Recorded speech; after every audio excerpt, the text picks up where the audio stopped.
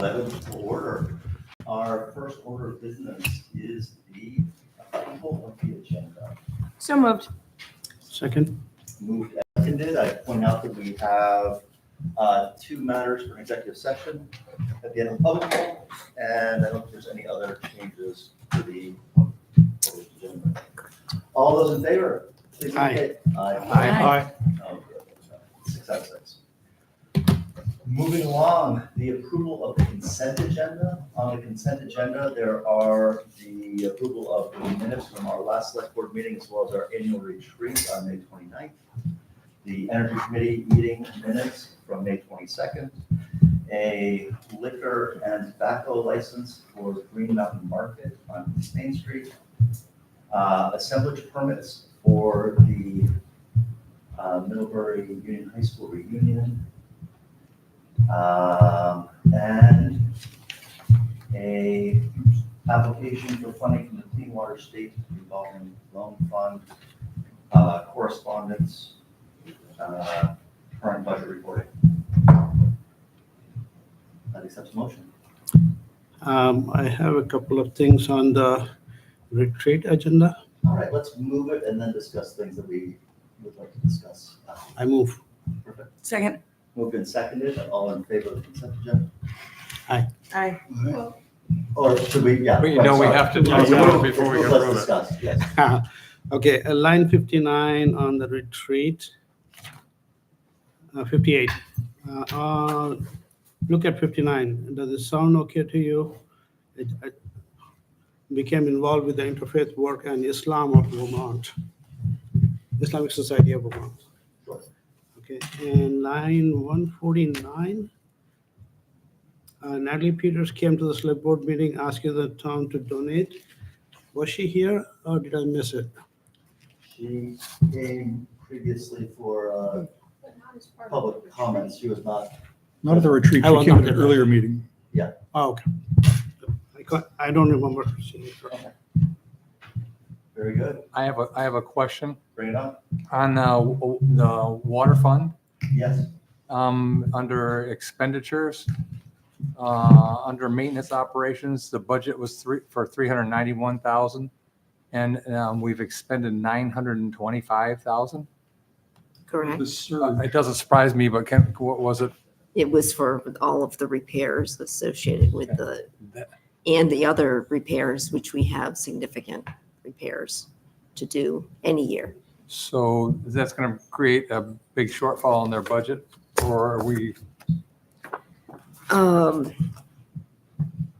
We're still working out where we are with the whole fund balance and everything on the water fund. Okay. Yeah. Thanks. Mr. Brandon, sorry. Any other comments on these items? All in favor of consent agenda? Aye. Great. Next item is citizen comments. This is the time for any member of the community to bring an issue to us which is not on the agenda. Is there anyone here for something not on the agenda? There's a hand up. We have Judy.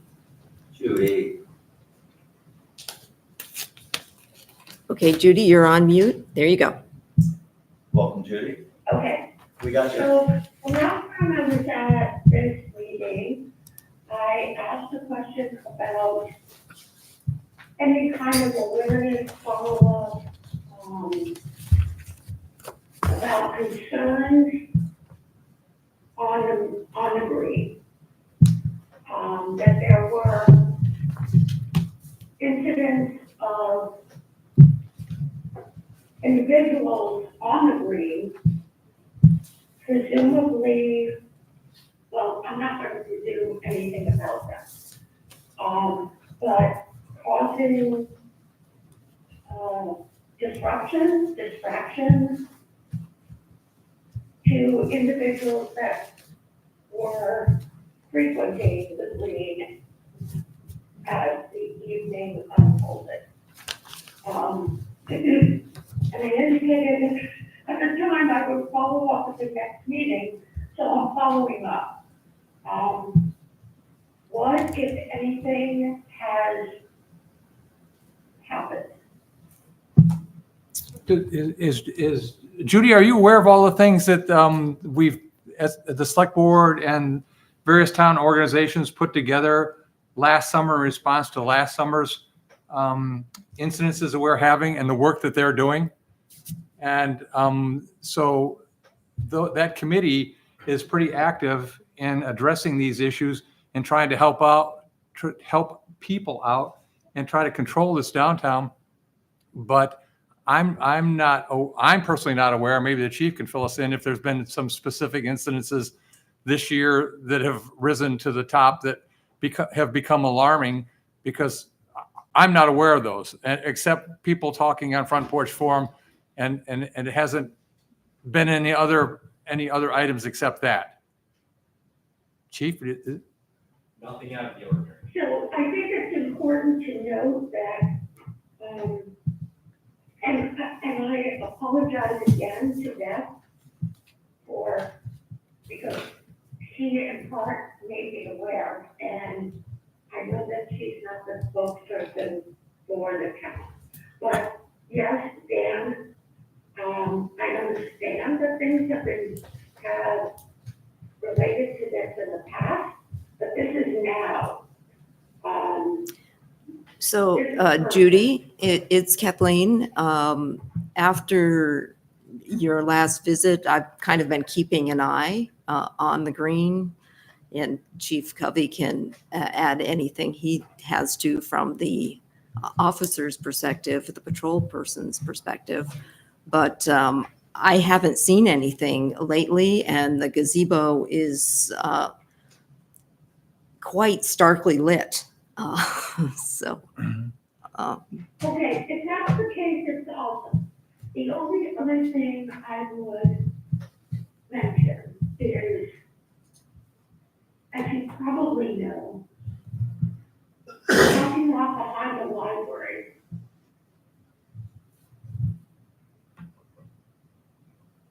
Not good.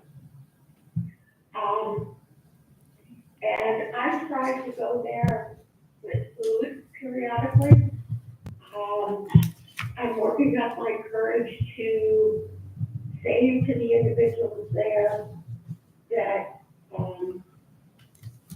alcohol consumption is not permissible, but I think I have to bring back up before I do that. It makes me just a little nervous. I would not recommend doing that, Judy. Judy, we do have several service agencies, social service agencies, reaching out to these people on consistent basis. No, I know that because I was there when they came. But and now that school is out, it's going to be out, and there are kids in the parking lot, their parents. Unfortunately, I do not have a solution, which makes me reticent to bring up the problem. However, something to consider. Just saying. Thank you. Not having a solution puts you in good company, I'm afraid, Judy. Thanks so much. Thank you. All right, computer's gone to sleep. Anyone else for citizen comments? Any item that's not on the agenda? All right, moving right along. The next item is number 6, recommendations on the water and wastewater budgets and rates for fiscal year 25. Sherrington. Hello. Hey, welcome. Thanks. Would you like me to get the?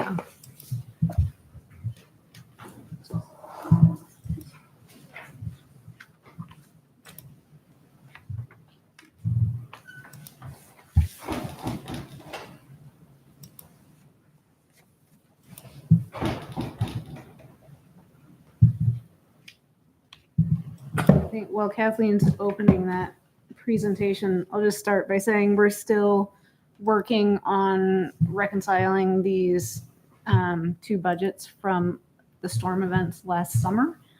I just did a big submittal last week, 2 weeks ago for Federal Highway, which that had some wastewater, it didn't have any water in it.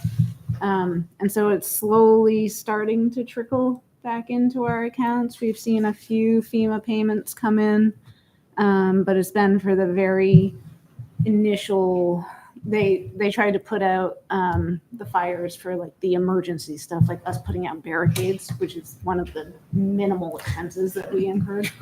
But they pay those out first. And so we are slowly starting to see that come back. The FEMA reimbursement, so the July storm, depending on the time period, it's 100% reimbursement, and then it will drop down to 75% reimbursement. And then the August storm, it is going to a number of different funding parties, Federal Highway being one. We have some coming back in from VTrans for the efforts out at Dow Pond on 116, that water line. And then we also have all of our wastewater areas were mostly insured. And so that goes through our insurance company first, and then FEMA picks up the difference. So there's just a lot of moving pieces that still are getting sorted out. So some of that budget deficit will be resolved when those reimbursements come in. Do you know what the expected amount is that's sitting out there that we expect to be reimbursed from these various parties? It sort of depends on the response that we get from the insurance company, because that's been the moving target so far. Because they received so many claims, Sure. I don't know if you've heard an updated. Well, good news on that they are prorating claims that were in flood zones, but since a lot of our facilities were not previously designated flood zones, they're going to be insured at 100%. Okay. So that will greatly help. That's most of our wastewater Nice. impacts. Is this done through VLCT? Mhm. Okay. Great. So that'll make a big difference. So just a lot of moving pieces, but it'll be better than it currently appears. All right. So should we start with water? You flip to that next slide, Kathleen. Water, obviously we had issues last summer out at 116 Dow Pond, and we had some well impacts. And then more recently, we had the pressure surge in the system. And I think it has heightened awareness of some of the concerns in our system that we need to address. And so we're trying to start tackling some of those concerns, figuring out a method to approach the bigger issues that we have. So on the revenue side, we're looking at about a 13% increase across the board for what we'll be expecting for water charges. Tap on fees, I increased slightly in this budget to more accurately depict what we have received annually, and the same for meter sales, just so it makes sense mathematically a little bit more so. On the expense side, one of the major drivers, we just added an additional employee, so we're actually up to 4, which historically it's been a three-party department, and then benefits increased also this year. We have 2 new employees and then 2 who have been here, but there will be additional training and professional services sort of training to get, especially one of the employees, his certifications needed. And just maintenance costs, most of these are projected increases for, like chemicals, things like that, all of that cost going up across the board. Meters, there's an increase just so that we're including endpoints and meters both in that line item. And I know we haven't entirely replaced all of our endpoints yet, and we still have a number of meters that we need to pick away at replacing. The endpoint is the cellular reporting. Yeah, that's what we're actively going in so that we can digitally get it instead of having to manually go out and read the meters. Is the decrease in professional services related to adding fourth employee? Is it that you're doing more in-house, or is it just that you That- need less professional services? Would be a better question for Bill. I don't know off of the, I think it's a decrease in legal services. And then he also had a decrease in engineering. And I don't know historically what had been put in that engineering services different than where we put it in the contractual. So I apologize for that. Did you have a question? I was just going to say, you started by saying that you were going to increase water charges, and the way that it was presented, just for the benefit of people in the audience, in the infrastructure committee, is that because of the expenses we've incurred and what we think we need to do, that is what drove the increase. It didn't start with the idea we were going to increase. It started with the problems that we face. But I just wanted to turn that around a bit for the benefit of the people Thank who you, are Fred. wondering, No, that's what are absolutely they correct. doing? I mean, obviously the end goal is to make the improvements to our system, and we need to start incrementally doing that. And we can't do it holding the budget where we are, unfortunately. The other issue that we're running into that I think we've seen across the board is since COVID, just expenses have gone up exponentially. So, and then we did increase the capital improvement budget by 15% to start building some of these projects in. A few of the projects that we're looking at are an additional well so that we have just duplication wherever we can. We pretty much feed most of the system off of one well. So if something does happen to that well, it's not a great situation for the town. Also, we want to do a study of our valves, figure out which ones are working, which ones aren't operational. That's something that really came to light this winter with that pressure surge situation. And then put out a contract to start improving, making replacements on those valves. So those are some of the bigger ones that we need to start tackling. And I have a number of grant applications out for the water tank, which if that does move forward in this cycle, that would be a great benefit to the town, just having that additional day's worth of storage and capacity there.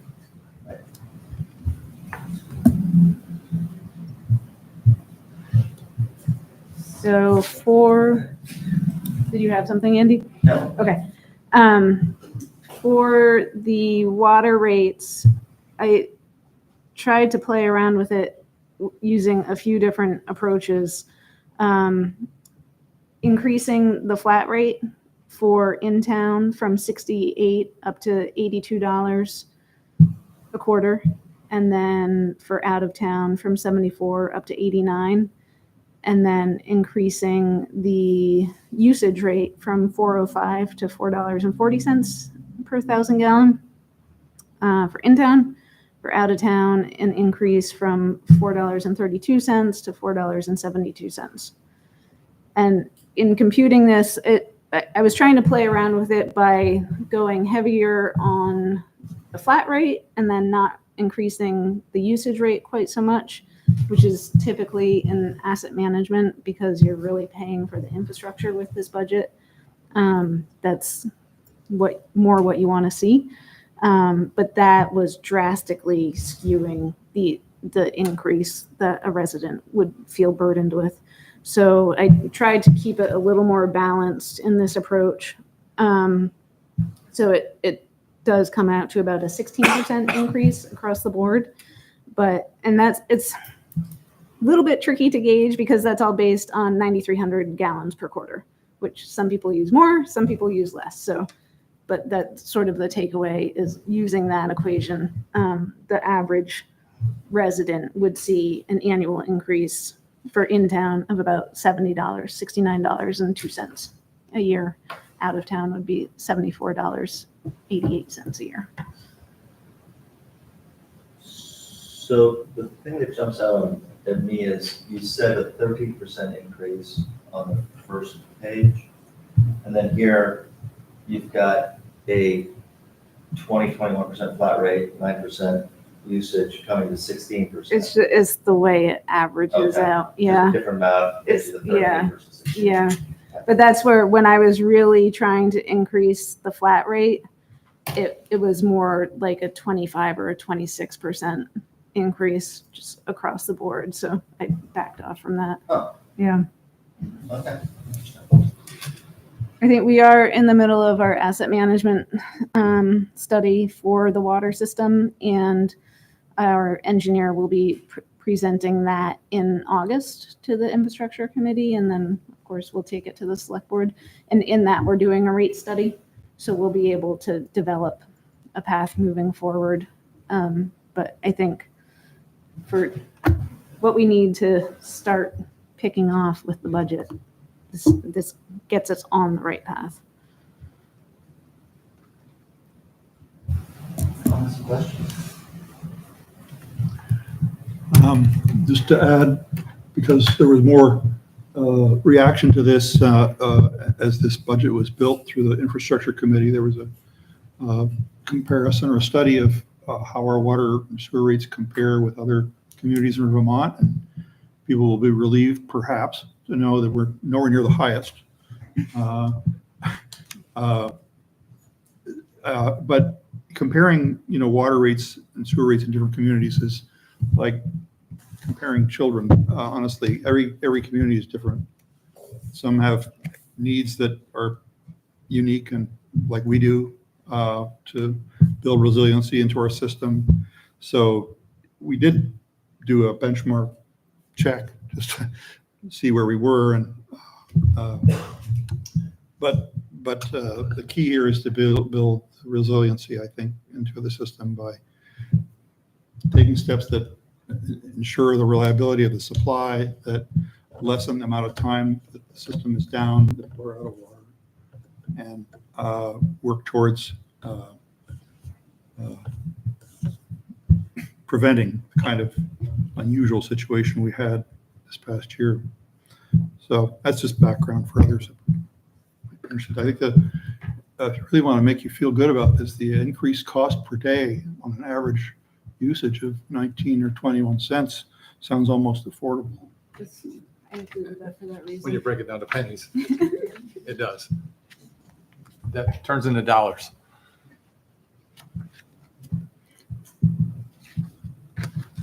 Any other comments or questions on the water side of this equation? Great. Moving on. Moving on. Water when it leaves our house. Wastewater. So I worked with Bob Wells to create this budget, and one of his major suggestions was to increase septage rates, gray water rates, and sludge rates, which have not been increased since 2017.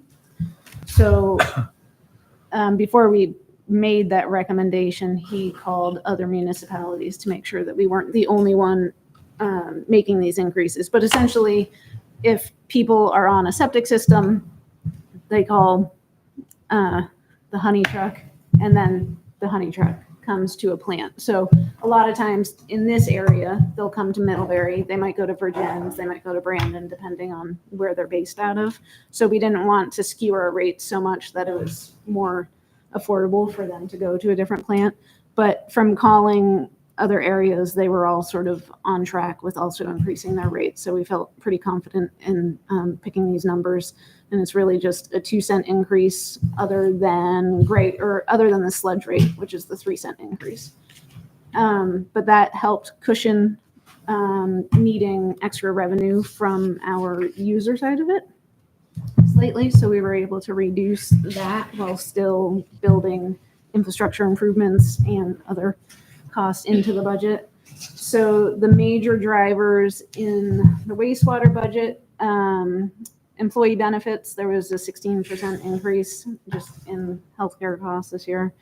Training, we have one new hire and then potentially two over at the plant. And so the new hire that we do have does not currently have certifications. And so he will be starting on an apprenticeship program and start going through that process. Maintenance costs increase for the treatment plant and for pump stations. And then maintenance of mains, similar increase. And a lot of that is just pricing of chemicals and things of that nature.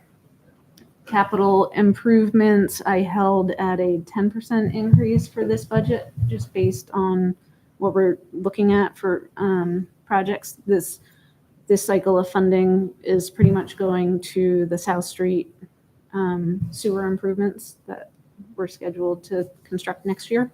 So we should be in good shape for that project. And then I've got a question on that. yeah, And I think I know the answer, but for employee benefits, the water department went up, had a 48% increase, and the sewer had a 16%. Is that just because of the new extra hire? Yeah, and Okay. there were changes in the subscription rates of people that are newly employed with us. So whereas we may have had, yeah, exactly. And sometimes this is somewhat confusing to me, because maybe a 26% increase in station maintenance might be only a few $100s, but a 16% increase in employee benefits might be thousands of dollars. So I understand the relationship of what we did the year before, but I don't understand the impact on the budget with just putting down percentages like that. So it would be helpful to have the amounts so you can see the scope of. You see the scope of what it is, yeah. that's fair. You can, on the actual budget spreadsheet, Yes, you can see it that way. And so when I was doing these, I grouped them together sort of by the categories on here. right, And so I just added up all Okay. of the maintenance increases and Okay. lumped that into the 26% Okay. increase. Anything else on this before we get to the rate section of it? I think there is built into this one of the lines, we are doing a set aside for the wastewater treatment facility upgrade that we're currently working on in very early engineering, but we know it's looming in the future. So we are setting aside funding for that. So just to expand on that a little bit, when we made the last $410,000 payment on the 2000 plant, we basically level funded that amount so that the rates wouldn't be unnaturally lowered as we go into the new plant. They're trying to avoid some of this. Right. And also. And we can reduce the amount of the bond So we need to borrow potentially. the next version. Yep. Yeah. Yes. Which reduces, hopefully keeps rates more. Maybe.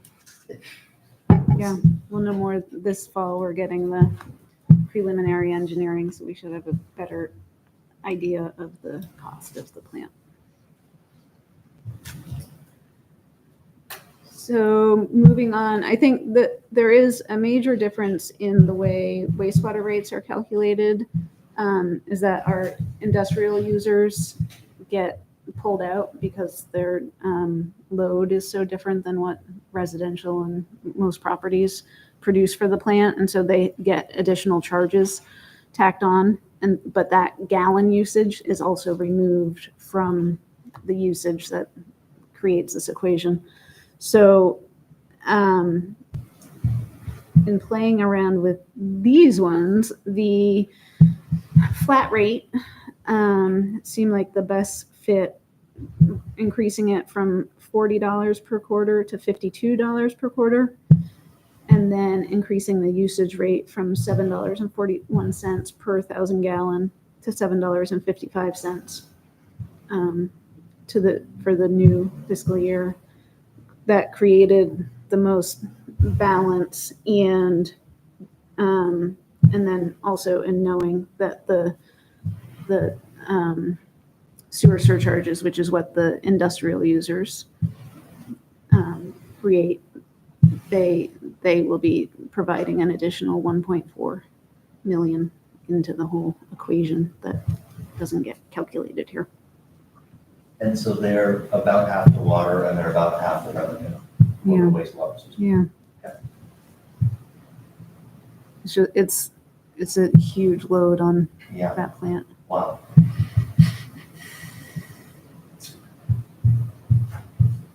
All right. Comments and questions on the wastewater? All right, any comments outside the select board? Everyone's good with water and wastewater rates? Ross? I would just offer that one way to potentially reduce the cost would be to phase out the water fluoridation program. It's actually, these days, it's not necessary. There's so much fluoride in most of our foods because they tend to be processed in places that have fluoridated water. We have fluoride toothpaste, you can get special fluoride from your dentist. That could be a way to reduce the cost of it. How much does fluoride cost? Isn't that a federal or state mandated? Nope. And choose. No, Richmond's got us in Bristol, trouble. Brattleboro, Yeah. they don't fluoride, they don't have rampant tooth decay, everything's fine. So how much does it cost for fluoride? I would have to find it in Yeah. there. I don't think it's broken out Probably because not. there's also chlorination involved. So I made a note of it, so we can look at the price, at that for next year. I'll move that the committee recommend to the select board the proposed FY 25 water fund budget of $2,240,791. Second. Second. Oh, I think you wanted sorry. this one. Do we have to do them individually though? Well, that was. That Oh, was- sorry, that's from the infrastructure. Yeah, I think we can get rid of this. So we can do them together in one motion? Okay. Why not? Watch us. I'll move to accept and approve the proposed recommended FY 25 town water and wastewater budgets and related rates for FY 2025. Second. Moved and seconded. Any other discussion or comments? Seeing none, all those in favor, please indicate. Aye. Aye. Aye. 6-0. Very good. Thank you. Emily, thank you very much. Yeah, for thank you. all the Thank time you. and effort on the budget this year. It's very appreciated. Ah, Thanks for coming in, Emily. great. All right, our next item is the Vermont Gas System request for an easement across town property to run service line to St. Stephen's Episcopal Church. Hey. There's a whole bunch of people here from St. Stephen's Church. Wow, See that? wow. Fantastic. Bring the choir and you'd be Good. better. You don't want me singing. Oh, no, I didn't say you, I said the choir. Okay, noted.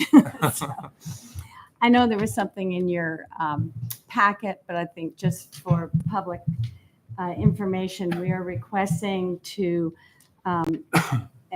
ask for an easement across the town green into the church for Vermont Gas, so that we can have gas within the building. Just as a background, the building's about 200 years old. We're fast approaching our 200th anniversary. And the town gave that, we don't own any of the land, but the town let us build or suggest that we build a stone or brick church right on that green. And that's where it has stood for 200 years. So it's definitely been a fixture in the town. And it is something that's also used more than just one day a week. It's used by the community. We have been very open to ask or to involve people or ask people to, we're very happy for them to use the space at no charge to them. We cover the cost for it. And so there's a lot of community use in the building, and we want to continue that. For instance, Festival on the Green uses the bottom floor as a staging area. And then last year, unfortunately, they were able to use the inside for a performance space. MCMC uses the space for piano lessons, including the piano. We have different nonprofits that come in weekly, monthly, sometimes annually for their different things. So this is something that is definitely an integral part of the community. And as you know, we've been involved in the community as far as like the Neighbors Together piece that that St. Stephen's started, and then certainly led through the whole thing to mitigate the negative effects of the rail and bridge project. So all good. But anyway, we understand too that climate change is a big thing out there. We know that it's a serious issue, and we've taken it very seriously ourselves.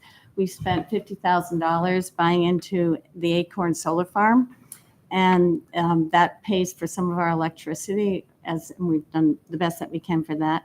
We have checked out the roof to see if we can put solar on a roof, and it's an old slate roof, 200 years old, and it cannot hold it. So there is such a thing, I guess, as a special solar slate panel, but it is so cost prohibitive, there's no way we could even come close to it.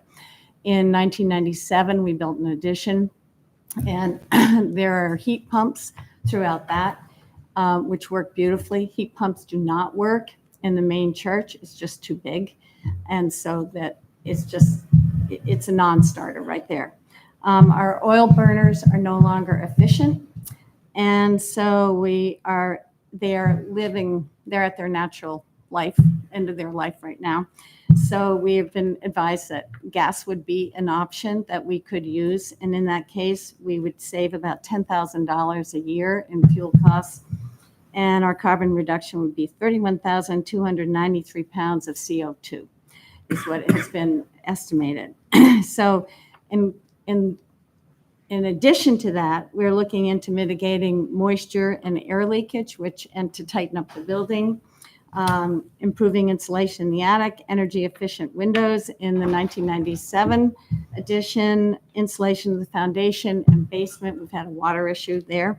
Upgrading to energy efficient lighting and electricity in the nave or the main area of the church, and overall making the whole envelope a lot tighter.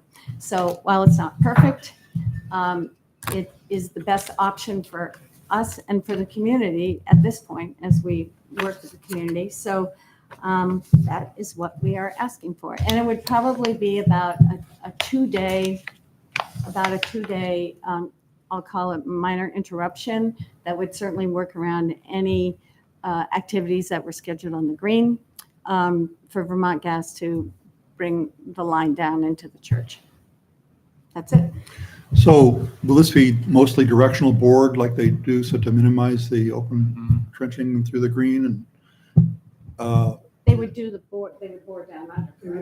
We would expect them to bore. Yeah, they would bore. And you know, the plan map that they included with this doesn't show the wires going to electrical wires to the green, to the gazebo.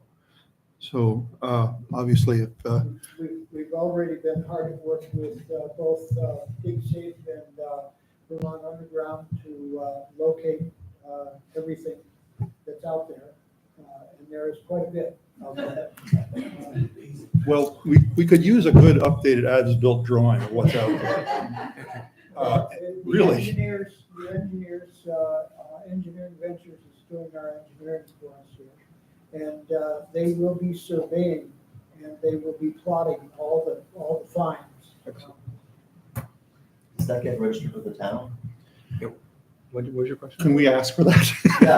As part of the The board deal? should understand that the church has a major drainage and waterproofing plan for the entire building perimeter. That will be undertaken in the fall, starting in mid-October, after all the events of the summer and the fall, early fall take place, and involves quite a large disruption around the building for that period. And that will necessitate making sure that all those utilities are grounded and protected. So that can be accomplished. But in the end, it will improve the drainage of the green as well as that of the church. And we'll share. I had a quick question. Why do we have to go all the way to South Pleasant? Is Vermont Gas not available on Main Street? Well, no, as a matter of fact, it would be very difficult to try to cross. due to the Mr. road. Tenney, I'm sorry to interrupt. Would you come up to the microphone, please, just so we can make sure I'll that come up and sit with Nancy. You can sit with me. Something. I do. Sorry to interrupt. That's all right. So Merchants Row and Main Street does not have Vermont Gas at this point. Not really available, no. It's a difficult proposition because of the position of the tunnel Okay. and all of the, okay, yeah. all of the infrastructure that is in place there. So things like the post office is an orphan that really is not accessible for gas, even though it would like to make it available, but it doesn't work. Got it. So that's the situation right now. National Bank, that's it. National Bank has National Bank gas, has gas. but they had to wait until the bridge done. Other side of the tunnel. And this easement is owned by Vermont Gas, and they pay a tax to the town for the value of it, is that correct? They pay taxes on their infrastructure. They don't pay anything special for that. Just understand in the grand scheme of things, as Nancy spoke about this somewhat, that the church is trying to work to be as efficient as possible. It is using the better technologies of the day to the extent that they are best suited. But in the case of the nave, the sanctuary, that is a structure which is not suited to heat pump technology. And so just as my experience has been with working with the Sheldon Museum and with the Congregational Church, where we, with the support of Efficiency Vermont, installed natural gas service to heat those areas that need the most coverage, and to use the newer technologies where readily available and possible for the better spaces. So for instance, in the case of the Sheldon and in the case of the Congregational Church, you see different places have different types of heating. But in the main, more difficult spaces, the natural gas is used. And in both of those instances, the results have been very favorable, and the costs have been very favorable as well. So we would expect the same. Other questions on the board? Other questions or comments from the public? Ross?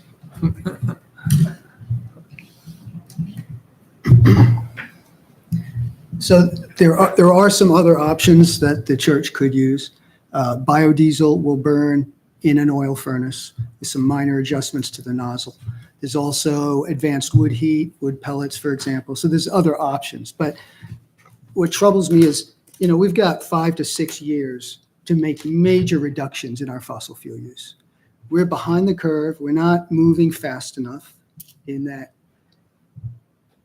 effort.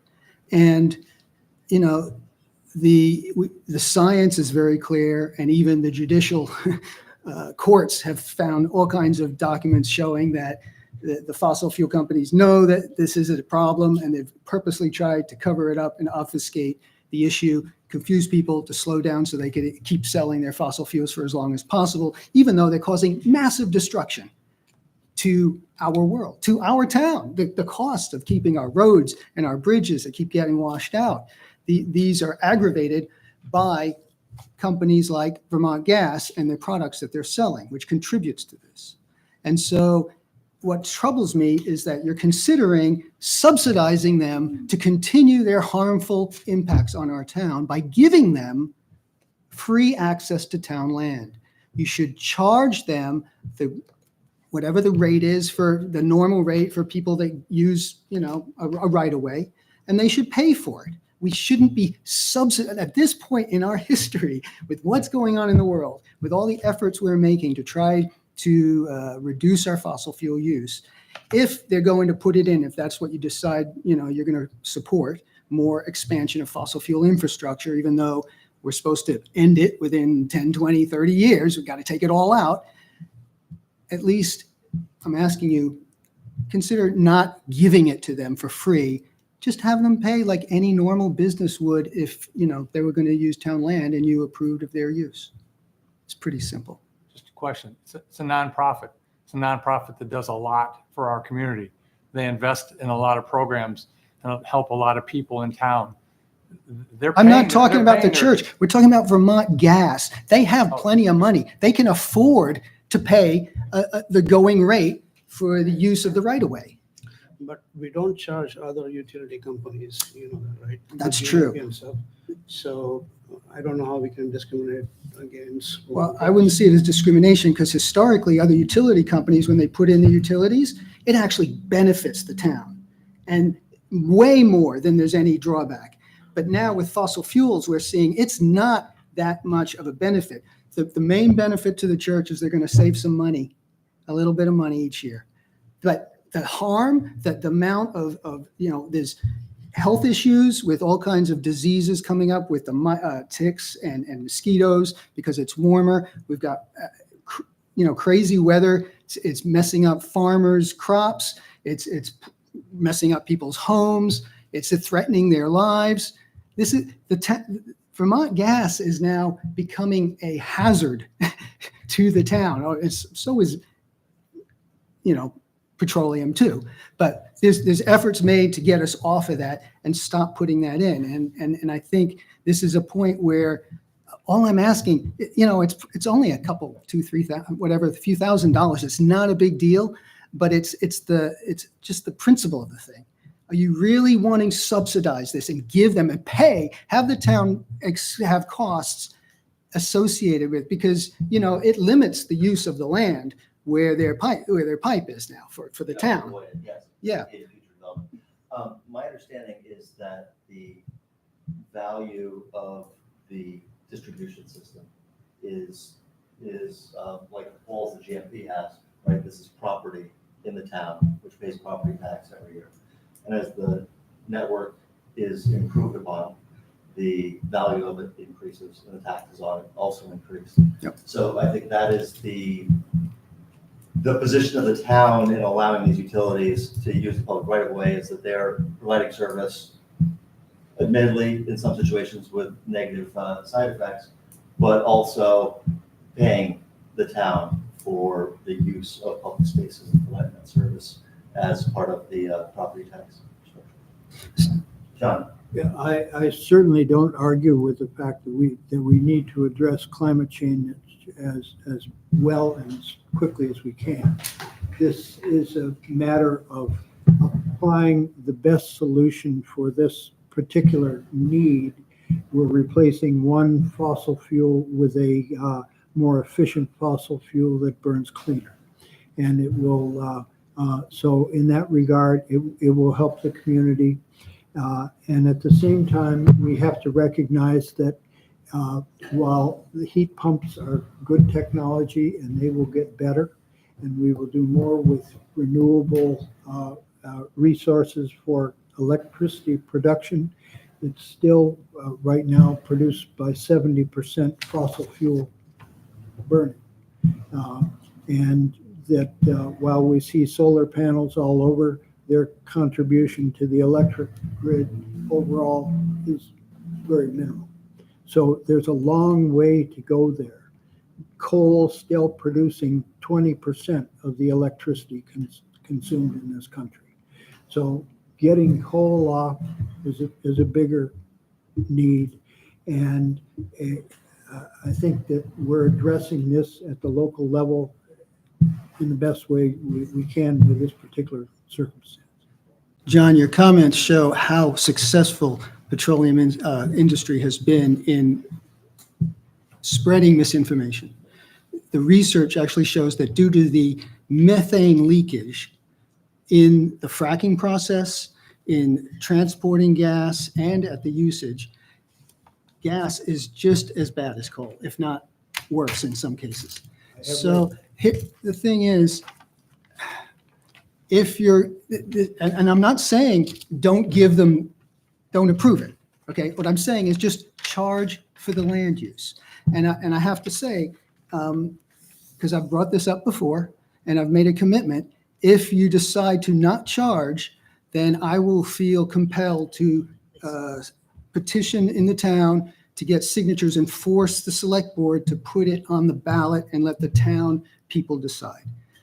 Ideally, the select board would put on a ballot vote to ask the town if all future easements from Vermont Gas, should they be charged or should it be free? And then we could clear the question. But as a citizen, I don't have the power to, dictate to the select board what to put on the ballot, except when it comes to the conveyance of town land.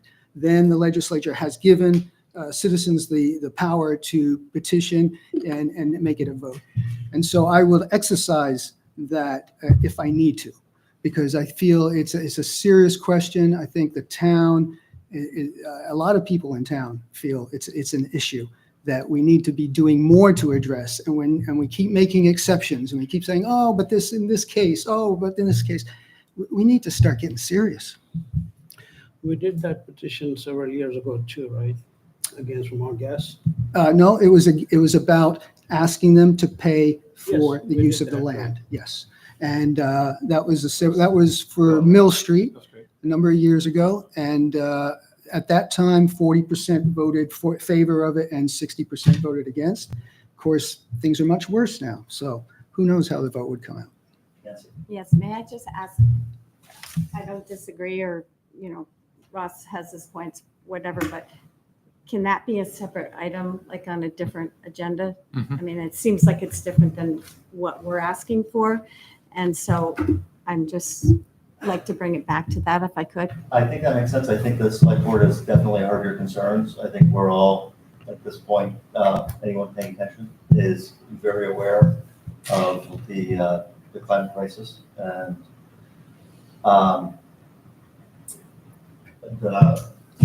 Kathleen just let me know that the town has previously charged for easements across town lands for a recent sewer easement that we gave down Chittenden Hill. It's not unheard of. This is the town green. It's not just going under a road like many Vermont Gas hookups. It is something that may bear consideration. I think it is separate from whether we grant the easement, except we can't really grant the easement with a condition if we're going to grant it right now. Thoughts? I do think that there is, in this particular case, there is potential to change future usage of this area with that line and the easement. So I think it's worth considering. I think overall, I'm in support of the easement, but I think I would like to know what it might prohibit in the future. Not that I necessarily have any plans for there, but what does it do if we want to upgrade the gazebo there? It maybe makes it more expensive. Can we even think about, can we even envision that? Can we really, I do think that. you're talking a study or a years-long project to decide whether what we're going to do in town. We haven't done anything to that property in 250 years. To envision what is going to happen in the next 250 years and slow them down, I don't agree. I don't know that, I would just like to understand what having that gas line there would prohibit us from doing anything, I think the worst case is we would move it if we had some other Right. project that would move go. the gazebo and then. Or move the gas line. Move the gas line. Like go change the road. Doesn't have to go straight. Other of your easements have required, if something like that came up, for the gas company to move the line for the new Okay, development. right. there's two issues here, and you brought it up. And the one issue is they want gas. Yes. And I think we should come up with a conclusion whether they're going to get gas. And then the other idea is whether we're going to pursue what Ross has said and make Vermont Gas pay for this easement. Yeah. Do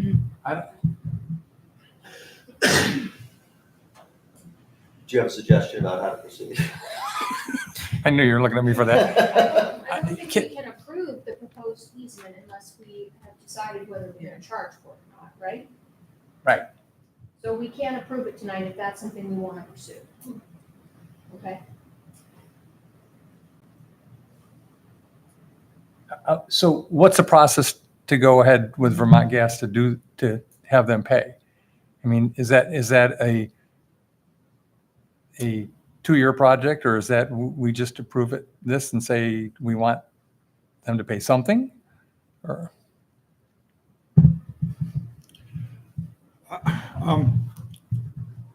The points that Ross makes are, it's just out of proportion, I think. The problem of climate change and how to change our societal way of doing things is so much more huge than somebody paying a little bit more rent, that it just seems totally out of proportion. And I think I understand what you're trying to do, but I don't think paying a little rent's going to fix really what you want fixed. No, but do you think we should be paying to expand fossil fuel infrastructure given the state of things? Is that what we really want to be doing? And subsidizing it, basically. I just think that the amount you're talking about that would be customary for any easement on private land or so, that it doesn't solve. No, of course not. It doesn't send much of a message. What is needed is far more profound. So I don't want to be disrespectful about it, but I think we should treat this as other requests to the town for access to the utilities have been treated. So I'm a beekeeper, and I've Yeah. learned a lot about cumulative impacts. A honeybee in its entire life can only gather enough nectar to make 1/12 of a teaspoon of honey. But yet, to get through an entire year in Vermont, hive needs hundreds of pounds of honey. 1/12 of a teaspoon seems insignificant, but they don't fall for this illusion that what they do doesn't matter. The bee gathers what it can, and the other bees gather what that tiny little bit, it adds up to. I mean, the reason we have problems with the climate is because burning fossil fuels, one person burning an internal combustion engine is insignificant, right? But we have billions of people doing it now. And each person doing that little bit of harm is adding up to huge problems. The way to solve it is the opposite. All of us have to stop doing those little bits of harm. We have to start doing good things. And all of those little things will add up. There's not going to be one big thing that's just going to happen. It's going to be like places like this, towns all across the country, all across the world, where the town fathers or mothers sit there and make these decisions and make the right choices. And I it's hard to, we can't argue that, but I don't think we can change what we've done historically and what they've expected we would provide for them as a town right now. We need to take this conversation and come up with, if we're going to do this, and we have a separate policy to do that, but making them an example and eliminate something that they need to do the better good that they do, this is not the place to do it. So I agree with you, but we have set a precedence over the years of what we do, and I think we have to continue in those precedents unless we create a policy that's different. Kathleen just pointed out, you do have a precedence where you've charged for right-of-ways, and this isn't about. Your point wasn't about charging this. Your point was about not doing this because we've got to start someplace. I agree that there's probably a good case that we should be charging, but I agree with Fred. We need to approve this so they can have their gas, because we don't have a policy that says that we're going to deny them gas. So I am the select board. My opinion, we're going to give them gas. Yep. We just need to know how we're going to do it, and what we need to do here to get it. And then you need to come to us in the policy committee and start working up a different policy if we want to do that. 5 years ago, you said you were going to work on a policy. It hasn't happened. Yes. We have a policy committee now that's making great strides, and Nancy sits on it. So None of us are on it. So let me tell you, asking them to pay for the easement, you think they're not going to pay a few $1,000s for the incredible benefit they're going to get in profit? Of course they will. They're going to get their gas. All I'm asking you to do is ask them to pay the fair market value. This is not going to stop them I from think getting their whether- gas. Whether they pay or that's again something different than, well, we've done it. We did it in the last sewer line that we had put in. whether they pay or not, they are asking for an easement from us. Mhm. We should do that. Well, Vermont Gas is asking for it, and they're asking you to approve it. Yes. Yeah. We don't want to delay what they need right now. Well, there won't be much delay if you That's all. ask for them to pay it and they pay it. If you don't ask them for them to pay it, there will be delay because I will be circulating a petition and forcing a vote, and that will delay things. And you I'm not pull worried the about that. money for a vote. Unless you incorporate it in the November election, which is about the right timing, actually. Heating season. I'm not going to hold up to that kind of blackmail. That's just- I'm not doing that's it as just- blackmail. I'm just telling you, I feel so strongly about it. I I'm know. just trying to be transparent. I know, you're not going to change my This is not a opinion threat. with threatening like that. Yeah, It's a So, promise. It's not a threat. I know you'll do it. You've done it before. So. I Motion? think we know where we are. Yes. Okay, I can move. I'll move to approve the proposed easement deed between the town of Middlebury and Vermont Gas Systems for the purpose of installing a natural gas service line to the St. Stephen's Episcopal Church, subject to the required state notice period. Do we want to add anything about? Let's second it first. No, I didn't. Are you going to? I'll second it. Fine. Okay, very good. We have a motion and a second. You were asking about whether we would modify this to Right. add a request for the purchase of easement by Vermont Gas. Right. Or that we at least look into it. I don't think the motion would be to say that we're going to look into it, but I guess it could. He's going to start a petition tomorrow, so. Can we approve the easement and then look into? So in order to move this forward, we'll need to do 24 VSA 1061 notice, which requires the terms of the easement that you're going to be granted to be included in the notice. So How much, 30 if anything? After the publication Mhm. of the terms of the easement. Yeah. So any construction is out, notice plus 30 days, plus whatever the outcome of that. Okay. So the question is, do we have to put a value of how much we're going to charge for that easement? Because I Yes, have no idea how to quantify that. so We if- have, in the past, been required to include the amount of the easement in the, Because if we approve this motion, what we're approving is the easement that is in our packet, Mhm. and it does not include a purchase price. So unless we specify that in the motion tonight, I don't think we have the option to come back to it later. That's my understanding.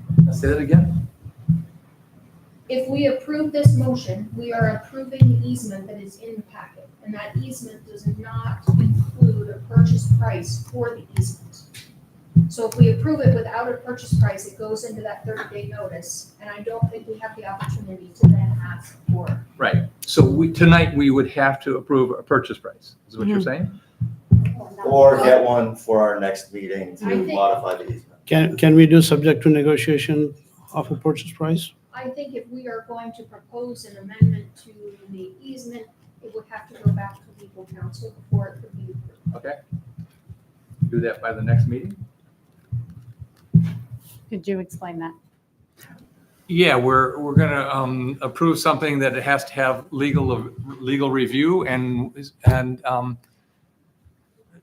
going to probably have to vote on it again. And so it's going to have to come back. because we don't know whether with modification. So you're going to ask me to contact Vermont Gas and negotiate a price. Negotiate a That's what, different yeah. proposed easement, which means we cannot approve the motion that is on the floor. Right. The way it is. If I may, why couldn't you approve the motion and just add that they'll pay the fair market Subject to value? market, right. Right, There's and then, not and a- you don't have to know the exact amount. There's not a rich market in the sales of putting a pipe under a town green. Actually, I've talked to the assessors 5 years ago when this came up, and Yeah. there is, they know the value for Okay. easements What did they through tell you? right of ways. What did they tell you? They told me it's usually just a few $1,000.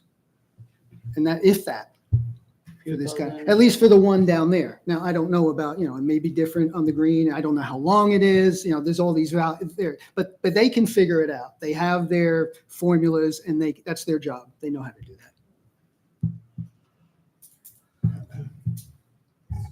I think if we could make a recommendation on what we wanted the easement to say, but it would have to go to legal counsel and have to come back to us. And the 30-day warning would not start until we approved the easement. And there is the potential that we make a recommendation on what we would like the proposed easement to say, and that Vermont Gas rejects it, and then we have to negotiate, I would assume, on a new proposal. I was just thinking that St. Stephen's is in the position of saving $10,000 a year. That there's certainly probably some energy to get this done. I don't know why you're sure this would need to go to legal counsel to add a fair market value clause to the easement. Because it's a legal document. Yeah, okay. Well, if we make a motion like for the fair market value and the attorney says that's okay, do we need to approve it again? We just approved something he said is okay. You're really putting me on the spot here, Dan. Well, you're the one that went to law school. I barely went to law school.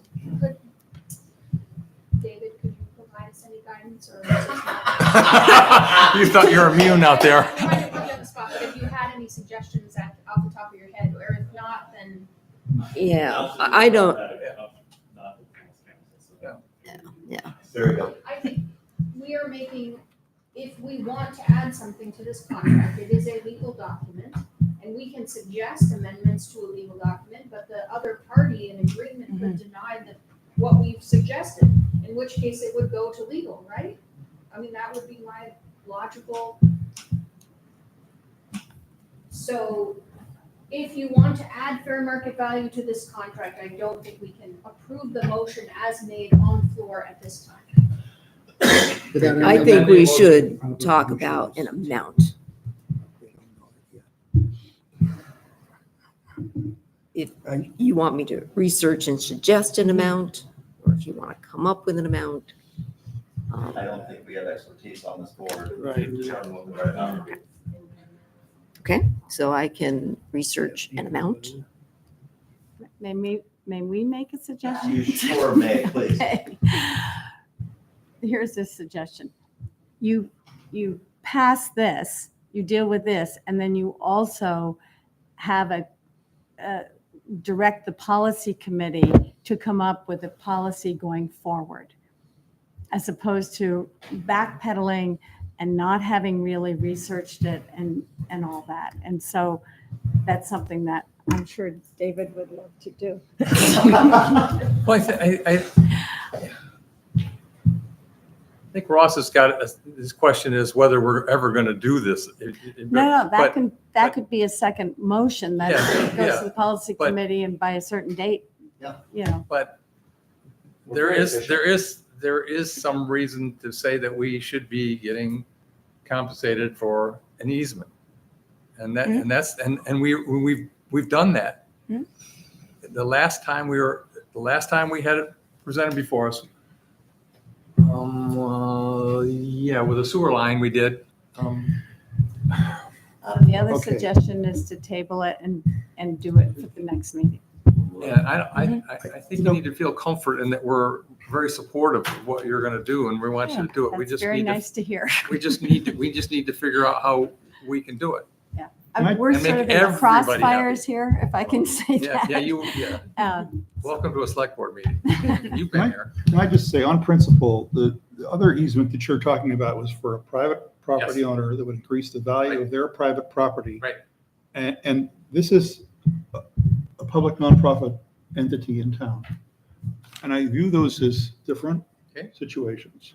I think that the scale of what Ross wants to achieve with his efforts really would be better employed, I might suggest, in seeing if there could be some advisory vote or education for that for a national carbon tax, something that would actually achieve and move and motivate people at the scale needed, rather than picking on these people.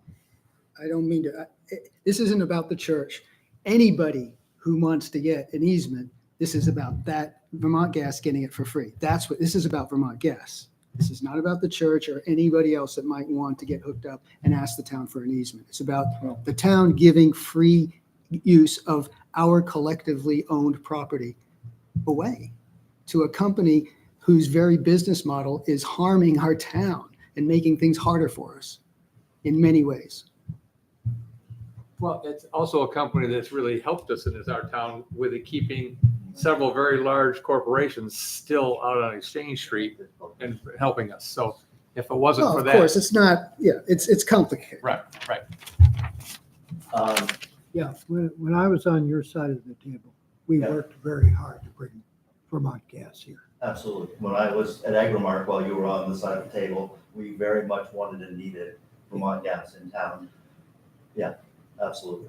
We had all the business leaders in the room. Yeah. To echo that. And I have not heard a bad word about it. So what are you doing? We have a motion, we have a second. Do you need an amendment to that is my question. Would you like to make an amendment? Subject to a fair price negotiation with Vermont Gas? Would that be sufficient? So that will approve a non-existent, Dollar amount. well, I mean, we don't have a easement that has a dollar amount in it. So we would be directing staff to determine and add the dollar amount. I like Nancy's idea about getting through this motion and have a policy for future. Would you like to make that amendment So you're We don't need an amendment. meaning not, as a second motion later? but you mean you're not charging Vermont Gas anything for this?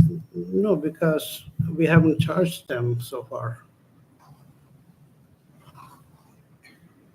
If the fair market value is the average of what they had paid for easements for gas services elsewhere in town, that might be $1. You know,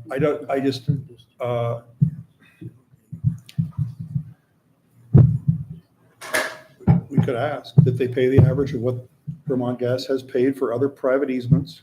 I think I'd be more comfortable if we do something in 2 weeks. I agree. I'm uncomfortable. So I'm would we have to uncomfortable vote with- down I'm uncomfortable going this ahead. motion? Fully support doing this, do everything we can to make sure we do this, but I'm uncomfortable with our options. So then that is voting down the current. Yes. motion. That would be voting down this motion that's on the floor. Yes. You just table it. I think it would be cleaner to Make a second motion to table. vote it down and table. I don't know, but I'm not that. That's fine. We have right now the presented easement in front of us. Those in favor of approving the easement as presented, please indicate by saying aye. Aye. Aye. Aye. Those opposed? Nay. Nay, It's split. But you seconded the motion. doesn't matter. Learned that from Fred the other day. Taught me that one. Well, there isn't the concurrence of force, so you basically fail to act. So I think, have guidance to add a dollar value to this and bring it back to us at our next meeting. So, Or it could come back and say it's not worth doing, something like that. But I mean, I'd rather us make the best decision with the information we have. And we'll have You more can always information. get more information.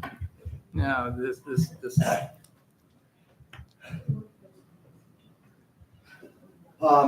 So what does this mean?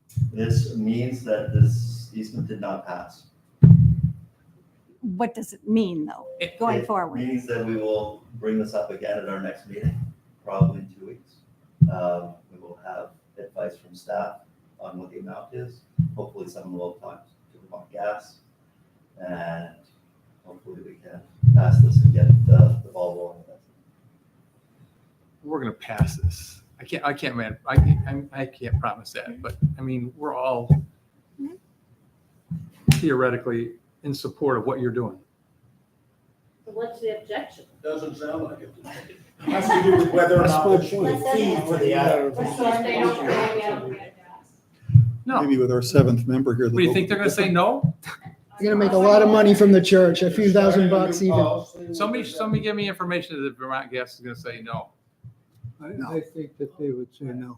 They make They say money no. by building infrastructure. That's how they make After this conversation, they're probably smart to say no. Thanks. So then we don't get gas. No. Well, maybe No, at our no, next meeting, no. our seventh member will be here Yeah. There's and gonna will be a change seventh. the outcome of the vote instead of it being a tie. So I say, I'm not against this, and I'm rabidly in favor of this. So what are you I against? just think, What are you against? Make a motion. so okay, do you guys want us to make the motion? You guys want us to pass this? Do you hear what Ross said he's gonna do? Do you understand what Ross said he's gonna do? Yes. He's gonna put a petition that's gonna hold up your gas line for a year.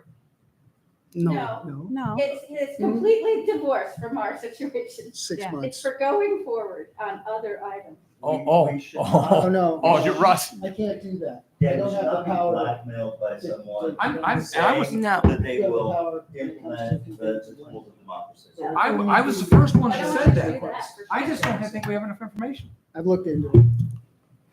We've been through this before. We've done this before. So what happened in the Oh, I know. past, when we went through this before and we decided that we were gonna go through the process of requesting payment for the gas easement, if I remember correctly, was Vermont Gas found an alternate route that did not use public land. There's no alternate route to the church. Yeah, but this held up that property for a year. Yes, that's what you want to do. What's that? Hold up this project. No. No, if we, That's what you're doing. no, we're not. If we pass, Yes, you are. So in I'm 2 sorry, weeks. I'm the one that's holding it up, not the select board. it's very unfair. I'm sorry you feel that way. You're just being a bully and threatening. come on, please, please. Hey, guys. Yeah. I don't think that getting some more information and delaying this vote 2 weeks is gonna make that significant of a difference in the construction schedule for the project, right? I agree. We didn't ask that beforehand, but, okay. What'd you say? If we pass the motion tonight, you do have to go through the 30-day notice. And that's when the petition happens, right? And that potentially delays that 30-day notice, right? So if the petition comes in within the 30 days and then you have to warn a special town meeting or incorporate it with a vote that's already taking place. And so the next scheduled vote taking place is primaries in August, right? Right, you need a 30-day notice on a town to include it in the vote, so Okay. that would be So tight. if we vote this tonight and Ross puts a petition together and gets it in within the 30 days, and we have to have a town vote on the conveyance of the public land, that potentially extends several months out. If They we could go can, in November with the Yeah. general election. Right. Yeah. And it would not be harmful to the schedule of the church's capital improvement. Then, On the other side of it, if we wait 2 weeks for some additional information on whether we ask for this or not, and we decide we do, and we pass it in 2 weeks, we still have to go through the 30 days. No petition. Ross maybe doesn't do a petition, and then your construction schedule could possibly go sooner. Correct. all I'm asking for is 2 weeks to do my due diligence. That's all I'm asking for is 2 weeks so we can do, That's what you got. I'll take the blame on me, do our due diligence. You got it. That's how. Yeah. I'm sorry. Here we are. We'll see you in 2 weeks. I think you're making a mistake. So, I don't mean to be making things hard for you guys, but I appreciate your consideration. No, I don't mean to be. It's not the purpose here.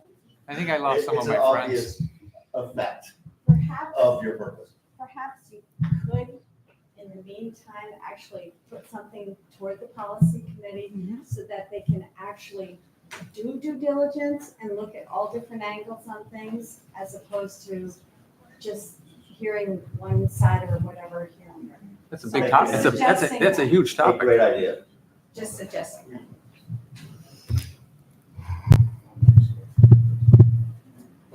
This isn't the first time that the subject of asking Vermont Gas to pay for the easement of public land has come up. It's not the first time. Right.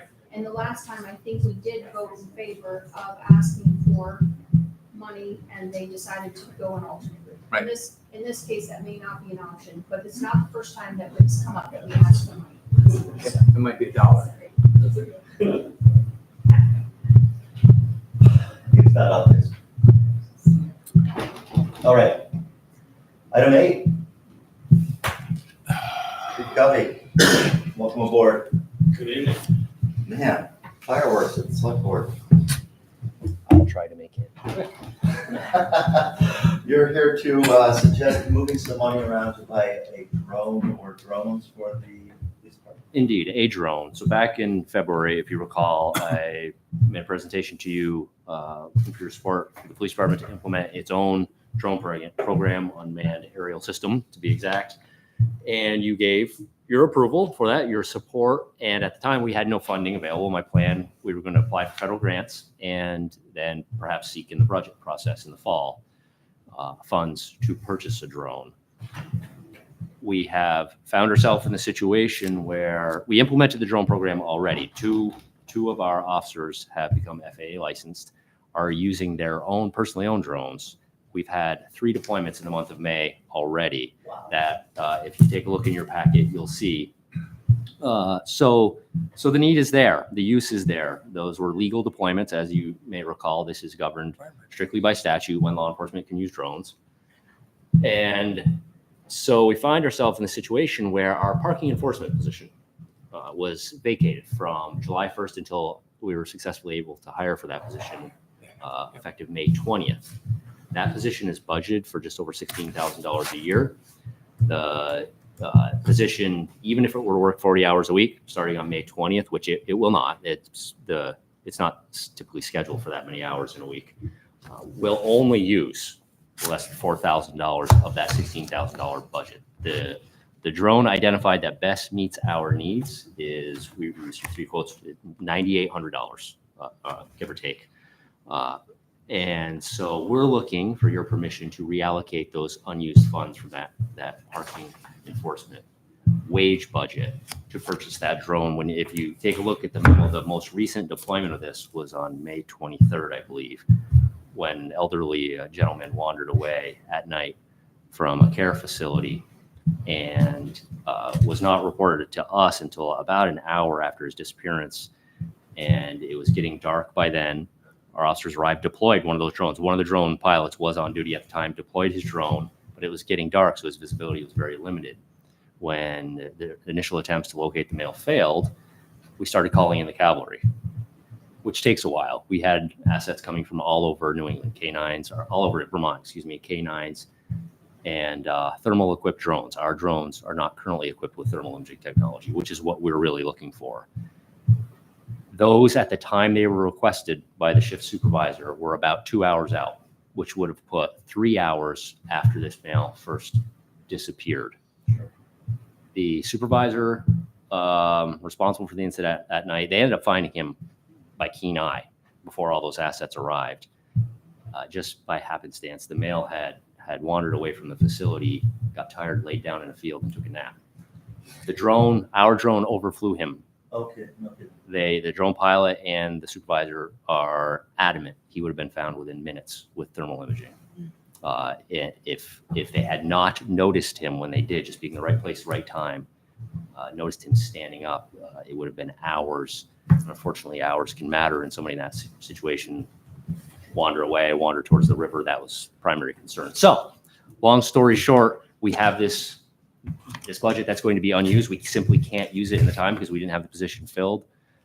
This is a life-saving device, potentially life-saving device that's already, we've had several scenarios where it could have made the difference. We've been lucky in each one. There's one back in the winter too.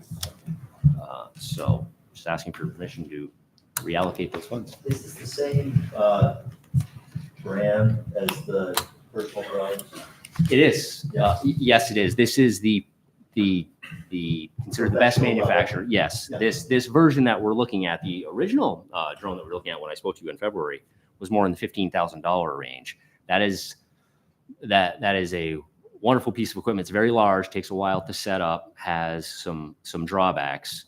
Should we successfully win this grant money, we won't know for months whether we do. It'd be our purpose to add an additional drone, and that may be a contender. That one can carry a payload, which is interesting to us. In that scenario, we used it in a tactical operation with the active shooter we had outside the police department, delivering a cell phone into the residence. But it can also carry a loudspeaker. That could be useful for us. But right now, for search and rescue, which would be our primary first use of it, this smaller, less expensive drone is rapidly deployable and can fly in poor weather conditions, whereas the more expensive one can't. So this one really fits our needs and is more inexpensive and is attainable with those budget funds that we have available right now to us. We would consider another version should that grant. We won't know for months, I presume, whether we win that grant. Yes, please. I'm in support of this for sure. Just interested if you have any sense on like how long something like this lasts, how often would it need to be replaced? Is there any Batteries. kind of, like, Batteries. batteries. So it's like any technology. I'm sure it will, over time become obsolete, I guess, but I can't really speak to that. I'm not one of the pilots. I'm not the one that's done all the research on this. This is the one we've chosen, which is the more inexpensive option. State police have had a drone program for a while. They're looking in their new fiscal year to purchase about 15 of these, this same model. And they have several different versions, one of being the larger one we're looking at, but that one, again, has some limitations. It's not easily transportable in a cruiser. It takes up quite a bit of space, takes a while to set up. How many pilots do they have? VSP Yeah. has a number because they're assigned to different special teams, like their crash team will have drone pilots, search and rescue will have dedicated pilots. I'm just thinking like in terms of like what the budget looks like in the future and if you don't know, that's okay. I don't know. Like anything else, batteries will be, I presume, an issue, and wear and tear. Yeah. They have protective technology, whether it be crashed. I've already discussed insurance.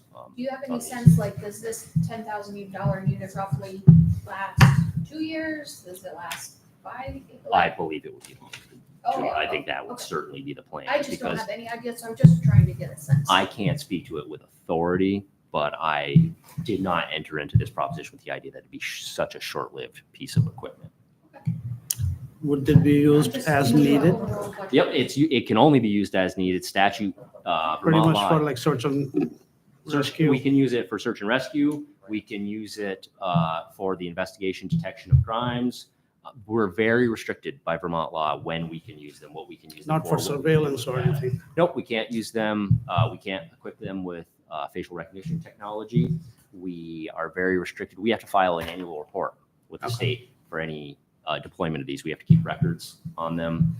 It We have to apply for search warrants in certain scenarios. Only scenario I'm aware of under Vermont law where we apply for a search warrant after the fact. We use a drone under what we call exigent circumstances, meaning emergency. We don't have time to apply for a search warrant. We apply for it after the fact. We've already deployed the drone at that point. We did that on Seymour Street. That was that exact scenario where we have someone shooting. We don't have time to contact a judge asking for permission to deploy a drone. The reason you apply for the search warrant after the fact is because any data you collected, if the judge deems you didn't Cannot use it. cause, you have to destroy the data.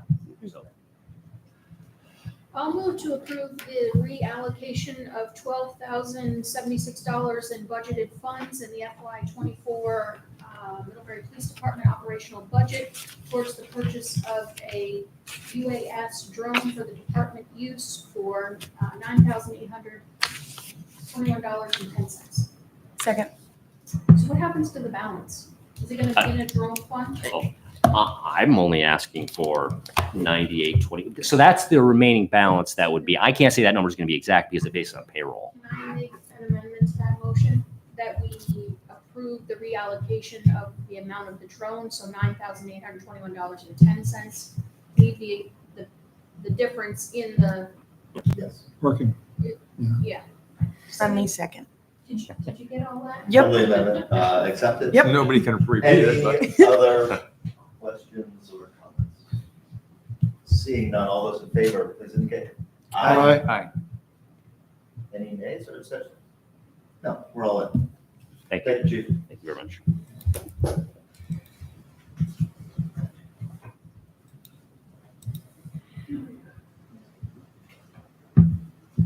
All right, next up is a discussion on some issues of library importance. With Dana Hart, the director of the Ilsley Library, there she is, and Chris Huston, the VP of Pre-Construction for REAR, our Trycatcher partners. Welcome. Hey, everyone. Thanks. Hi. And Kathleen, Judith is also zooming in, but she's using an email you might not recognize. It's Judy Bell Who. We got it. So if you see her, you can invite her in as well. Very good. Okay, we have a couple different items on the agenda to talk about tonight. I think Chris and Kathleen will handle the big one, the amendment to the design build contract. But before we do that, I have a couple quick things to point out in your packet. There is an organizational chart and a document that explains some of the many groups that are working together on this project. As we shift into the next phase, we're reorganizing and roles are shifting a little bit. So there will be a project administrative team. That's myself representing the library, the trustees, the friends, the staff. There's Chris representing REAR Company. There's Judith representing the town. And so the three of us will be working closely together. The Ilsley 100 project team will continue to have periodic meetings and stay informed and provide high-level feedback, and will serve as community ambassadors. So if anyone has questions about this diagram, we can chat about it more, but I just wanted to make sure everyone knew it was in the packet, and I'll be reviewing this with the trustees and all the other groups that have sort of asked, what is our role as we go forward? We have something else. So, Dana, the only thing that got me at all about this was that it looks like Judith is responsible for figuring out the geotechnical and materials testing teams and things that seem to be very technical. Is that correct? Well, the town is responsible for, those are owners' costs, and so Chris, maybe you want to speak to that, but I think Chris would probably work with Judith on that, but they would be contracted directly by the town. Yeah, Dana, that's right, exactly right. You know, essentially, we've already begun the process of retaining those folks and coordinating very closely with Judith and Dana to have the services provided. Typically, they are provided sort of third party to us, like especially with material testing during construction. We don't want to be testing our own, product. You as the town want to have an independent entity doing that kind of testing for concrete and soil compaction and so on. Gotcha. Thanks. Any other questions on that, or I'll go on to the next thing, it sounds like? It's a very nice chart. Okay, so I'm requesting approval to submit a grant to the Walter Surf Community Fund. This is for $25,000 for the renovation expansion project. And if we were to get it, it would go specifically towards the preservation of the historic building. That grant application. I think it's well written. Oh, you read it. Yeah, they put it in our Thank packet. you. So I just note, I'm gonna recuse myself from this, agenda item as I am an employee of the Vermont Community Foundation where the grant is, decided, and I'm just going to recuse myself. Very good, thank you. Any other comments or questions on this community fund grant application? I move to approve the proposed grant application by the Ilsley Public Library and the Walter Surf Community Foundation for $25,000 to support the library's ongoing capital fundraising effort. Second. Oh, you can have it. Oh, All right, thank you. moved and seconded. Not seeing anyone with other questions or comments. All those in favor? Aye. Abstentions? I recuse myself. Oh, recused, sorry, recused. Okay, I think that's five. That means I don't vote at all. Anyway. Very good. Very good. All right, Great, thank you. So I think I'll turn it over, I guess to Kathleen or Chris for the approval of the amendment. Chris, do you want to go ahead with the introduction of the contract? And I've been working with Chris and Judith on this contract, and I think Chris can best summarize it. Yeah, thanks, Kathleen. I'd say to keep it fairly simple, there was some wisdom involved in terms of creating and improving the previous contract prior to the bond vote. I'm not saying that was my wisdom. I would point to Kathleen and Judith and Dana for those pieces relative to using a standard AIA contract, A141 design build form of contract that's very familiar to the town for numerous past projects.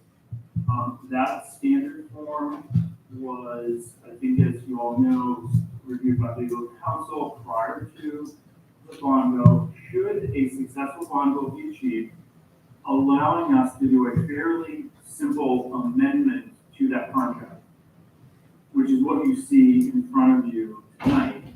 And I wanted to point out that there will be one more amendment after we go through the process of designing, permitting, and final scheduling.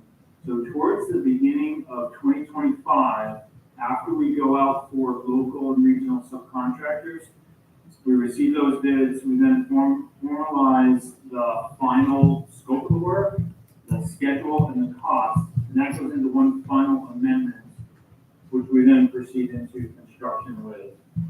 So what works fairly well is that it's an iterative process, such that it allows you, the select board, to be informed of progress along the way.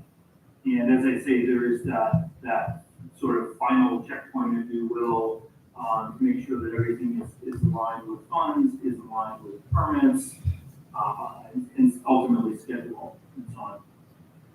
I think I'll leave it at that, Kathleen, is that a good? Yes, thank you. And as Chris mentioned, this was reviewed by council, and he did not have any concerns about it. comments or questions from the board? You need a motion? I'll move to approve the proposed amendment to the contract with Re-Art Company, Inc. relating to the Ilsley Library renovation and expansion project. Second. Moved and seconded. Any other comments? Let's go. All in favor? Aye. Aye. That's 6. All right. Excellent. Super. Thank you all so much. I did want to just point out that obviously we've been, as I've expressed before, as Dana's expressed, we're so excited. Really couldn't contain ourselves, and we have been working before this on a whole host of things, geothermal in particular, getting that sort of next steps and so on. So we've engaged the whole team to begin to really push things forward. So. Awesome. Exciting. And no, not the last, we've got, 2 more library items here. Kathleen, the Yes. approval of the bond vote election validation resolution. Yes, this is required as one of the final publication notices was missed in the paper, but we did have extensive publication of the notice. It was published 4 times in the Addison Independent and posted at 6 different places around town. And we also had a fantastic turnout for a special election, further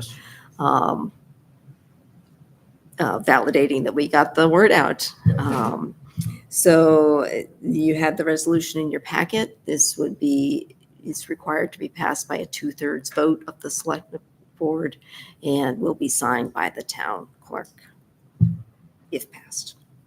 I'll move to approve the proposed validation resolution and certify the actions taken by the town at the special meeting held on May 7th, 2024. Second. Moved and seconded. We need 4 yeses here, people. All those in favor? Yes. Aye. All right, we've done it. We have 6. Very good. And lastly, the first clerk of the works report. Whoa.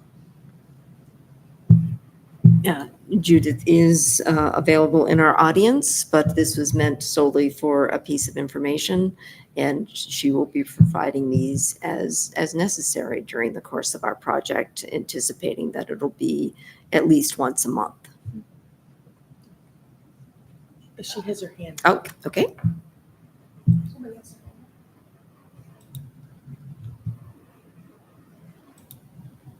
Okay, Judith, go ahead if you want to unmute your mic.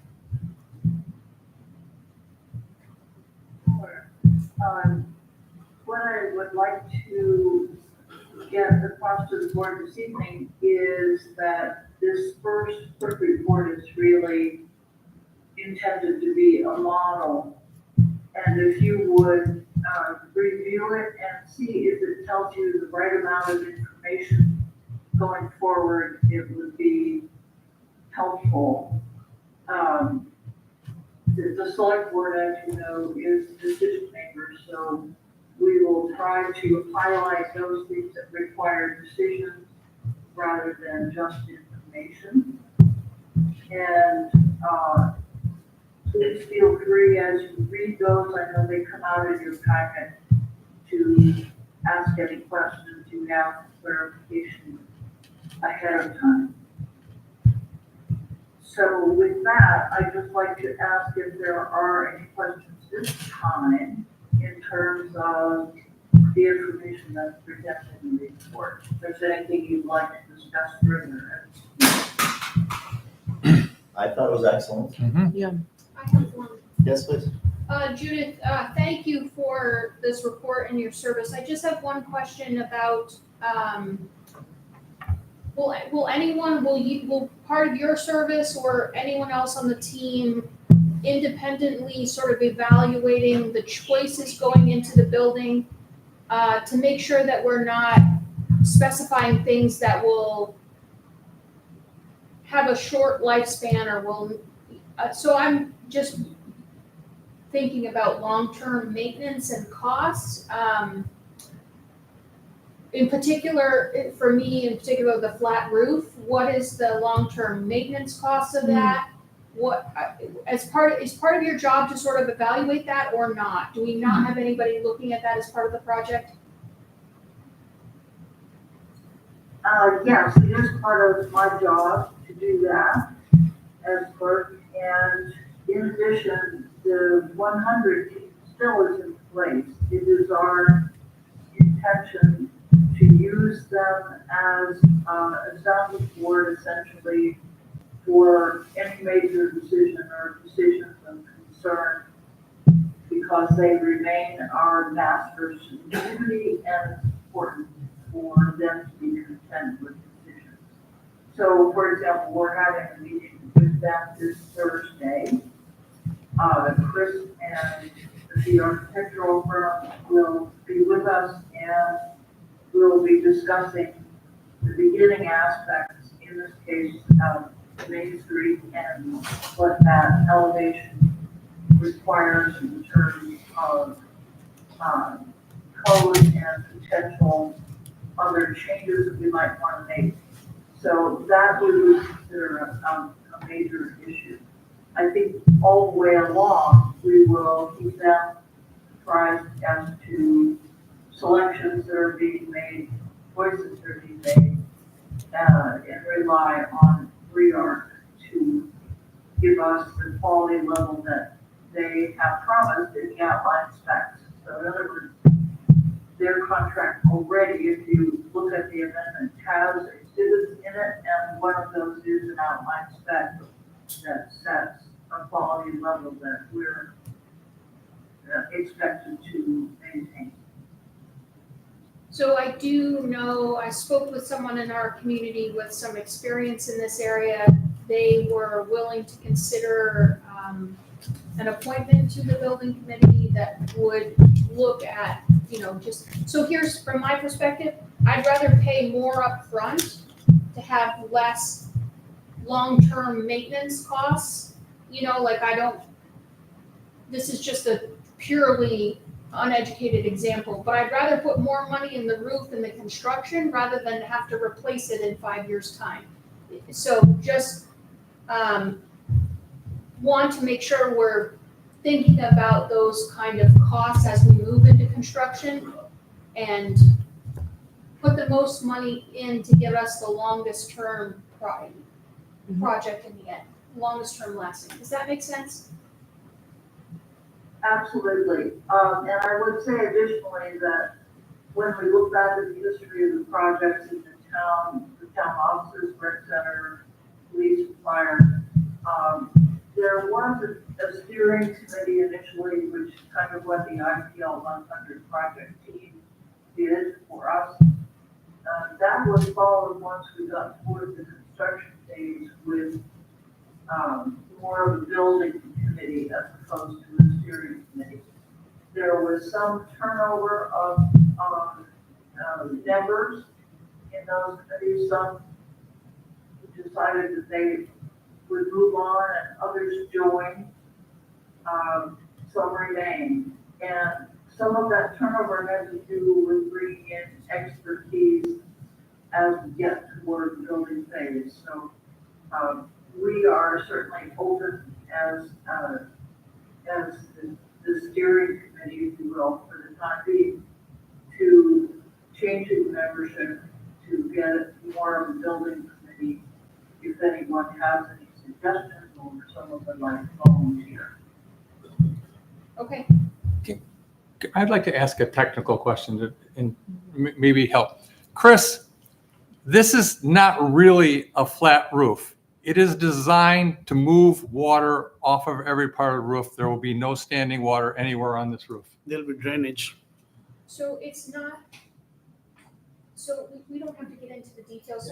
I only use it as an example. Yeah, I know, Of but just trying it to keeps coming up. making the point of like understanding what our maintenance costs are going to be for some of those things. Like this is a new style for a public building. And so I don't think we have experience on what our budgetary need for maintaining. The same thing for the geotechnical.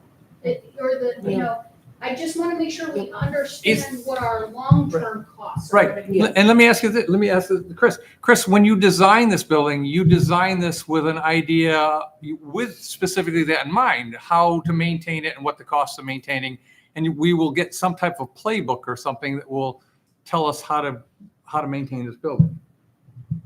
Yeah, yes, and Heather, I want to just acknowledge the importance of what you're raising. It is really, really critical on our municipal public projects for us, it's our responsibility to share that information with the decision makers to say, here's an upgraded product. Now, the upgraded cost is such, the benefit is it's gonna last another 20 years. So, we will absolutely be doing that through a range of materials, both interior and exterior. Dan, your point is absolutely correct, that all of the water on these flat roofs are collected. That was just, I'm Yep, sorry. I was just using that. Keeps for- coming up though, I- every time we have a I know, meeting. Because that's what I can remember. But the same thing goes for the heating system, right? It's a new heating system for a public building that we are in charge of maintaining Yeah. and budgeting for and stuff. So it's the same, I'm sorry I'm picking on the roof, but I'm trying to use it as an example and not specifically. Sorry if I Yeah, we get it. misunderstood. Thanks, Heather. No, Thanks, Chris. that's a great, the flat roof is that's a great example, frankly, so, well stated. I'm not trying to rebut you. We've just had these conversations in the elderly that maintenance and management and longevity and everything has got to be built in. So those conversations are going on. Okay, Good. Yeah. good. And that's great. That's wonderful. It's Great. fun. Other discussion for Judith and the updating process from Middlebury. Awesome. I can tell you one thing. I don't think we could have a better three-person team than what we've got to put together a building for this town. So Yeah, that sounds right. Thanks so much, y'all, and sorry to keep you beyond time. Thanks, everyone, it's great. Yep, thank you, have a great evening, thanks everyone. thanks. Take care. We're getting there. I think Green Mountain Power is up next. Tim Jones.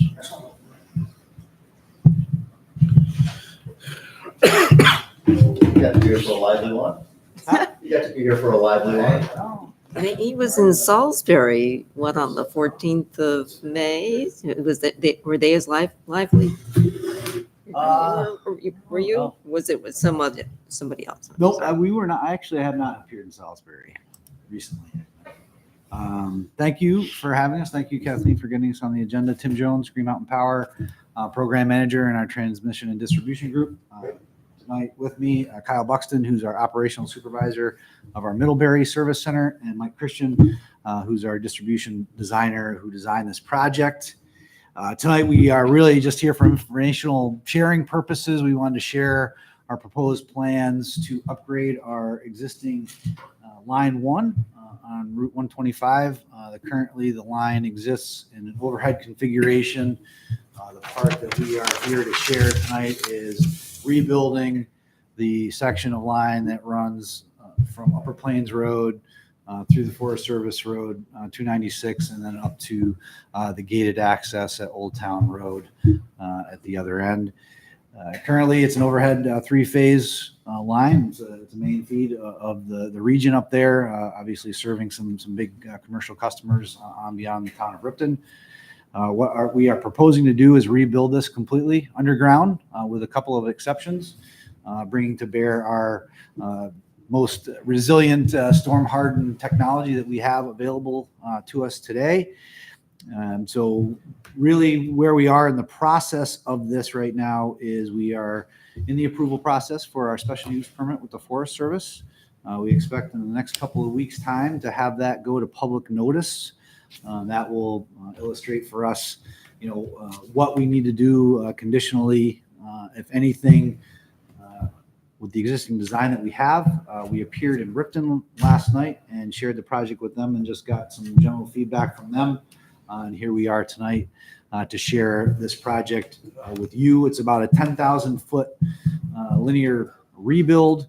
Like I said, it's going to be going underground. The technology that we're using, we've also shared some other illustrations of this industrial trenching machine that we will be using. It's essentially a one-touch direct bury machine that's going to take all of the three conductors plus a spare plus a couple of inner ducts that will be open for telecommunications, both incumbents and future users. So our intent is to bring everybody underground with us. We are currently into a project down in Townsend, Wardsboro, Dover.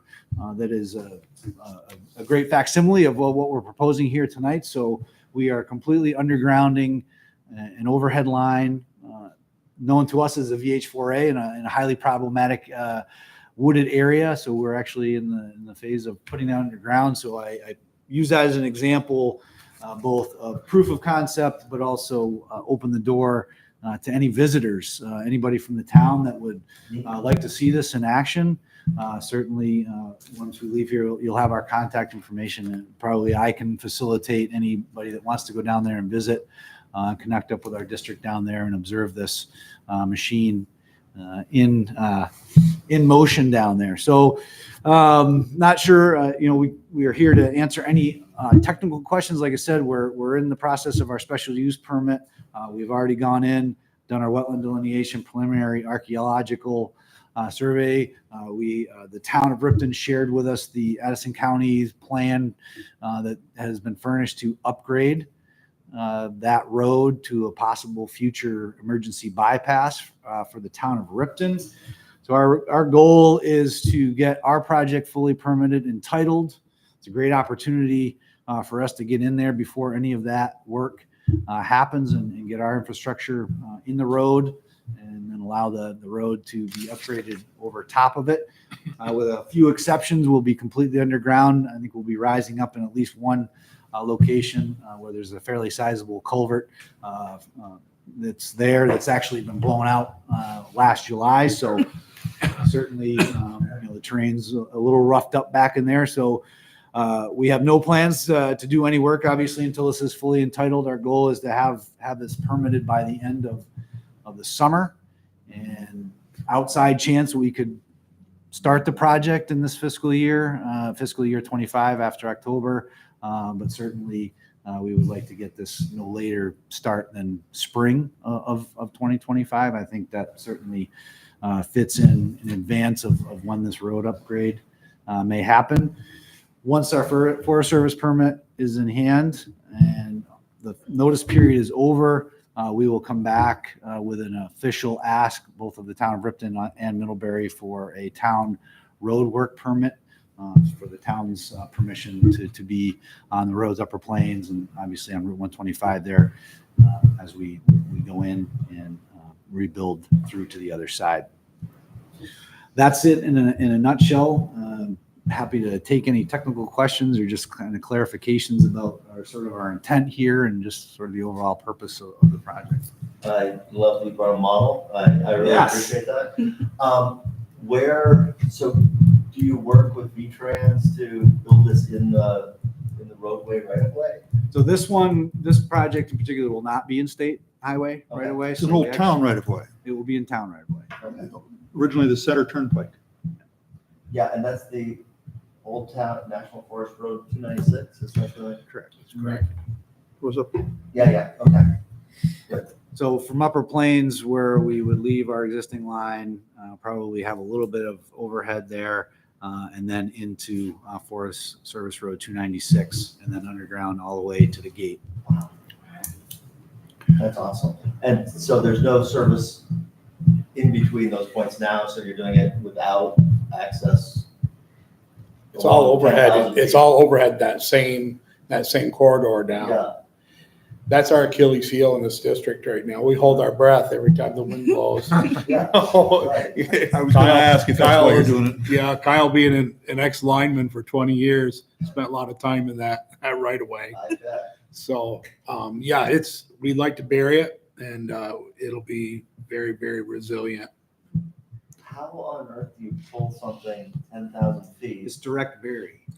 So the machine, and I sent some pictures along, and we can certainly furnish more. So let's just picture the machine, the tractor. It's got the cutting wheel behind it, and there are maybe up to 6 reels on a combination of trailers or vehicles out in front of the machine. The machine creeps, digs, and all of the conduit feeds directly through the machine and direct bury into the ground. So there's no conventional stick build of conduit like in the old days and then pulling the conductor through, except for fiber. Right, and that's the question, right? Once it's in there, you're saying. So we'll you have to support terminate, others. you know, with those partners. I mean, we can run, power can run further. We can run probably close to 1,500 to 2,000 feet before we need to terminate. I mean, that's how much comes on a reel. Gotcha. Certainly, we're working with our telecommunications partners So down in you the have southern like part. some kind of access every 2,000 feet? Yes. A box? Yeah. That's what that was, the box that we saw. The pictures that are in Yep. the packet Gotcha. are those terminations. Okay. And the telecommunications determination will be separate. Yeah. And they may be shorter in length, and those will be roughed in and put a termination cabinet over those as well. And some of the incumbents will come along immediately, and there'll be open spaces. We've got DB Fiber is another, Maple Broadband is in the area and probably has some interest in getting there. as What's well. that thing there? So Mike has a So what I have- model of what we're talking about here tonight. This comes in on the particular wire size that we'd be using up there would be bigger than this one. But this comes in a 1,900 foot reel, about 6 foot tall. If any of you have pulled into our dooryard, they're all over the place. Awesome. Yeah, we've got over 100 miles of it sitting in Rutland right now. Wow. Can I ask, how much is this costing? Well, it's a ratepay. I mean, we're doing it as a capital project. I think I'm gonna pass this around. Mike has a ballpark estimate that he can share with you. I think we're probably looking at, north of $1.5 million probably to do this project. And in particular, this project has a lot of open space, so there are some costs we won't be bearing. There's not a lot of trimming to do. We're not going to be on roads with traffic control and some of the other, adders that we usually deal with doing these types of projects. But like I said, this is our go-to technology. If we were not to do this, we would rebuild the line overhead using, Hendrix or, more covered hardened wire as well. So the infrastructure is antiquated. So our choices are rebuild overhead, taller poles, more, resilient cable overhead, or this technology that we've now adapted and getting into down in the southern part of the state. So we expect to use this, as Mike said, we've already prepared ourselves to bury everything where we can, and this is a great candidate for that. I think it's great. Yeah. Commend you. Very conducive This, to Forest this Service. technology, the pipe on the outside is a Schedule 40 pipe. Schedule 40 PVC right now to buy is about $6 a foot. That with a conductor in the ground is $10.40. Oh, wow. It's a no-brainer. Yeah, let's go. Yeah. So it helps us fix costs as well. So we Yeah. got the machine this much a day, this many feet a day and so forth. So it's giving us, just a couple of years ago, the cost competition was not close, but now it is very cost competitive to put our infrastructure underground. And I think, bury it and forget it, is sort of a little bit of a mantra, I guess, that's coming on with it. Right. I didn't realize this meeting was all going to be about underground utilities. Yeah. We could have helped you there. We knew better. Anyway, I will say I ran into some of your guys just above the green the other day, moving utilities onto a new pole, getting rid of some of the extra poles in town where things happened, and really appreciate that kind of cleanup work happening as it comes up. It's really nice.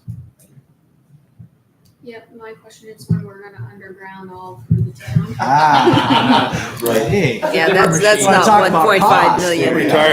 I'm retiring in 2 years. I can't tell you that. It comes up often in town meetings. People want to know when we're going to underground all the utilities. It's, And I think, again, opportunities always present themselves. So I think, in the future, new work, new development, these are the types of opportunities that we're taking and say, okay, well, this is new. Let's do it this way. In terms of wholesale swapping out, not on our radar. So unfortunately. Comments or questions? Great. Thank you. Great. And we'll work with Kathleen. Like I said, once the Forest Service process culminates, Then we'll come back with a simple letter agreement for both towns to allow us to work in your road rights. Excuse me.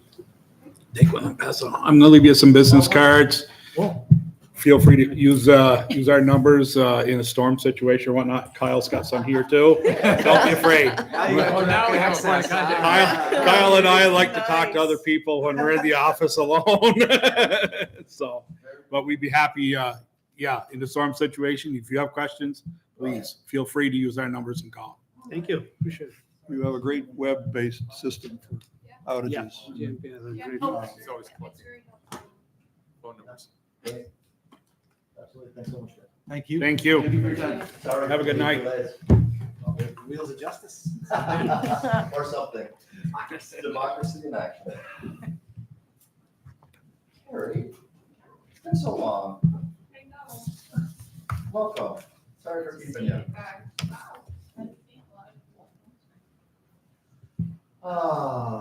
Welcome back. Oh, thank you. I'm just gonna do a quick tally of what's happening since I know it's late. But I'm Terry Kaczynski, the district manager at the Addison County Solid Waste Management District. I've been here for 22 years. For those of you who might not know, the district is made up of the 21 towns in Addison County, and the town of Middlebury was one of the founding members in 1988. We represent the towns in all things solid waste, planning, diversion, legislative advocacy, planning for facilities, ordinance adoption, financing, and so forth. We just adopted our 2024 annual budget. We're on a calendar year. We tried to keep it tight, even though we saw some great increases in the rates charged to us. We kept it to a 2.52% increase as best we could. We lost approximately $168,368 last year just in recycling. It was a big hit because it was higher processing fees than anticipated, and recycling markets had a lot to do with that.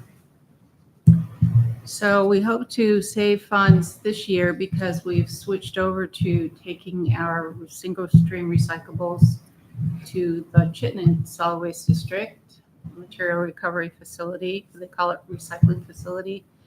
And to use a different hauler. So that would be Lapete Trucking, who's going to take that. So we're already seeing some benefits of switching over to that new contract. It was Casella forever. Yeah. Or near forever. They were the MRF. Yeah, right. Running the MRF and doing all the hauling. Yeah. And, And now we had the option of going to the Chittenden Solid Waste District. And they run their own MRF, the CSWD. They own it, but Casella operates that one too. Okay. But Gotcha. we got to negotiate the processing fees with the solid waste district. Okay. Material recovery facility, what's the I?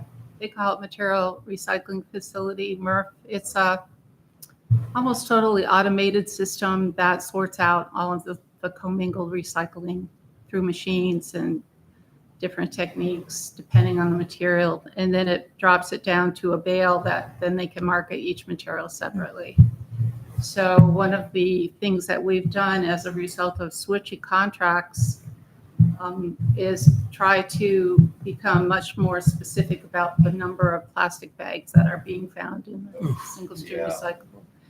It's something that's so easy to fall into as a habit, but it ties up all of the equipment in these material recovery facilities.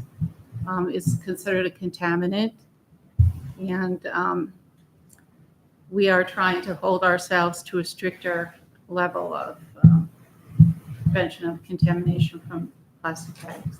So we appreciate everybody's patience. It has gotten better. And the haulers are working hard to educate their customers.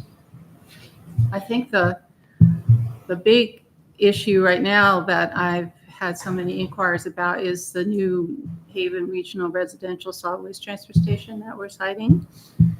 We closed on the property in February 2023. It was for Lot 6 of that one group of lots, 1 through 8, off of Kingsway and 65 Campground Road. And then we also closed on the neighboring so-called church lot with the goal toward using the church lot for a household hazardous waste center for the entire county, all of our towns. This is going to be a regional facility. Residential means that we're expecting the materials to be bagged. We're not going to be weighing anything. We're not going to be taking commercial loads. We're not going to be taking construction delivery and all those sorts of things. But initially, we've set it up in phase 1, so we'll be accepting materials collected by a private hauler who will be parking there as a mobile facility. And they will collect what they have to collect at other drop-offs currently, which is the solid waste garbage, the recycling, food scraps, and leaving yard waste at least seasonally. So do you have a composting set up on site there for the yard waste and food scraps? We have the yard waste bunker that's completed. The food scraps currently are, for the most part, collected by haulers that have set up mobile trucks, and they collect the food scraps because of the volume. It doesn't warrant a major facility. We have a larger 30 cubic yard box at the district transfer station, and then we feed into that with a toter tipper, and we have a washer. It's a big production. We were able to get that with some 40% grants from the state. I don't think that that's going to be necessary at this point, so we're going to start out slow. And then phase 1 got delayed because of the flooding of the site. So that's almost done. We are going to do a final walkover tomorrow, punch list, and then we hope to be opening in August. We just issued a request for interest from haulers, commercial haulers, who would like to service that drop-off, at least for a year, perhaps 2 years. But that's negotiable depending on what happens with the district's final permitting. We have all our permits for this phase, but we would have to amend our Act 250 permit to add the what we call scale house, but there's no scales. It would be like the attendant shed, but it would have bathroom facilities and a lunchroom in it. So, Hey, Teresa, what services or things that you accept at the Middlebury facility would no longer be handled there by virtue of this new facility? Anything? we anticipate everything that we do at Middlebury, but it would add the bagged trash and the bagged recyclables, which we don't take from households. So you could still dispose of hazardous waste at this one. This is more of a convenience because it's more central to the region. Yes. Okay. But this will. Good to know. And Fred, the piece that, the background piece here is that a lot of the towns are served by independent haulers who are either aging out of the business or have It's a problem for all of us. have rough finances. Yeah, right. And so this gives stability and a centralized place to deal with household waste, which hasn't existed previously. It will also reward our staff with finally having an indoor place to collect bulk, market the recyclables. I mean, the has waste that's recyclable and also the has waste that has to go to disposal. But it's going to protect them from the elements. It's going to have bathroom facilities, and that is going to be set up for cars to drive through with a canopy. And it's just so much more convenient, professional, and it's self-contained, and I think that's really important. They've done an amazing job since, 2003 with what they have, the 3 closets with the fenced-in area to do all this. But when the weather's bad, we do get horizontal blowing of rain and so forth, even though there's a canopy. It's small, we're outgrowing it. So we'd like to take some of the stress off of that. And then in phase 2, which we're permitting now, we're going to start accepting all the other things that we aren't accepting this year. So it would be scrap metal we'll have over tip wall. electronics, fluorescent light bulbs, tires in one of the bunkers, books, plastic film bags, confidential documents for shredding, recycling, and then the other materials would be part of that HHW depot. And then we intend to find out the final dollar amount for financing at the end of this year. And then we will, as a board, they will have to decide whether to proceed, when to proceed for a bond vote for one at a time or two together. There are also potential for grant funds for the HHW portion. So we're really excited about how far we've come. It's been 3 years, and we haven't had to borrow any money to do this. And we're not going to be adding any assessments to our member municipalities for this. We are based on user fees at the transfer station and any solid waste that goes to a landfill that bypasses the transfer station. We add the $35 a ton. Okay, that's the typical fee for, Yeah. that goes to run the district. Yeah. So we're in good shape. We're very excited that we were able to achieve the new EPR law for HHW. That's extended producer responsibility that we have currently. We're a collector under the paint care program, the e-cycle program, the battery collection program, the fluorescent lamp, mercury lamp program. And Vermont has one of the highest numbers of EPR laws where manufacturers will take back the materials and pay for the cost of those. And in some cases, a portion of the cost of operating the drop-off for those. So we were able to pass the HHW one for household hazardous waste. It's the first in the country. Nice. It's great. It only took 20 years. Yeah. We did it. And then the other victory this year was that we got the battery stewardship law expanded to include rechargeable batteries and battery containing products, which weren't, if you can believe it, part of the original battery law. I can believe it. There's so many new batteries and lithium-ion batteries and all kinds of batteries that we're all familiar with in our daily lives. So that's about it. The only other thing to report is that the state solid waste plan is about to come out, and it's a 5-year plan, and we have to amend our plan to be in conformance with the state plan. And we have about a year to do that after theirs is adopted. What are the new requirements for the SWIFT? It just came out, and I haven't read it yet. Okay. But one of the aspects of the solid waste plans is that you have to have your facility included in the solid waste plan, or you cannot obtain a permit to operate in the state of Vermont. No. So we will be reviewing all of our existing facilities in our area, plus any new ones that need to be included. Because anytime somebody new comes along with a new facility, they have to amend our plan to include that facility. So Does this include places where private haulers operate drops, or is it just your two? Just the certified. Yeah, just the certified ones. And there are a bunch of town drop-offs that are coming up for certification renewal and categorical cert, but it's predominantly for recycling. Most of them have gone to a model where private sector collects the trash and the food scraps, and then they collect the recycling. The town pays for it. I miss the reuse center. I know. Well, I especially miss furniture because we used to get some really good furniture in there. But the good news is that we have other drop-off areas for furniture, such as Hope on Boardman Street. We have reuse stores that sell textiles and household goods. We had to suspend that during COVID because we had a priority from the agency in response to the governor's prioritization of garbage and food scraps. So, and in fact, we even had that year in 2020, we had to close down our household hazardous waste center for a few weeks.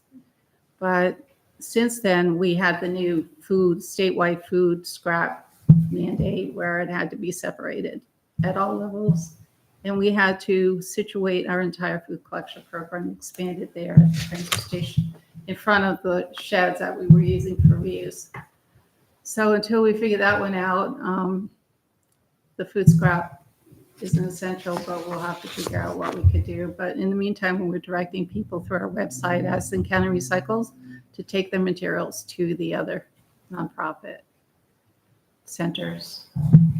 And we also reclaimed the textile recycling program that we suspended temporarily during COVID.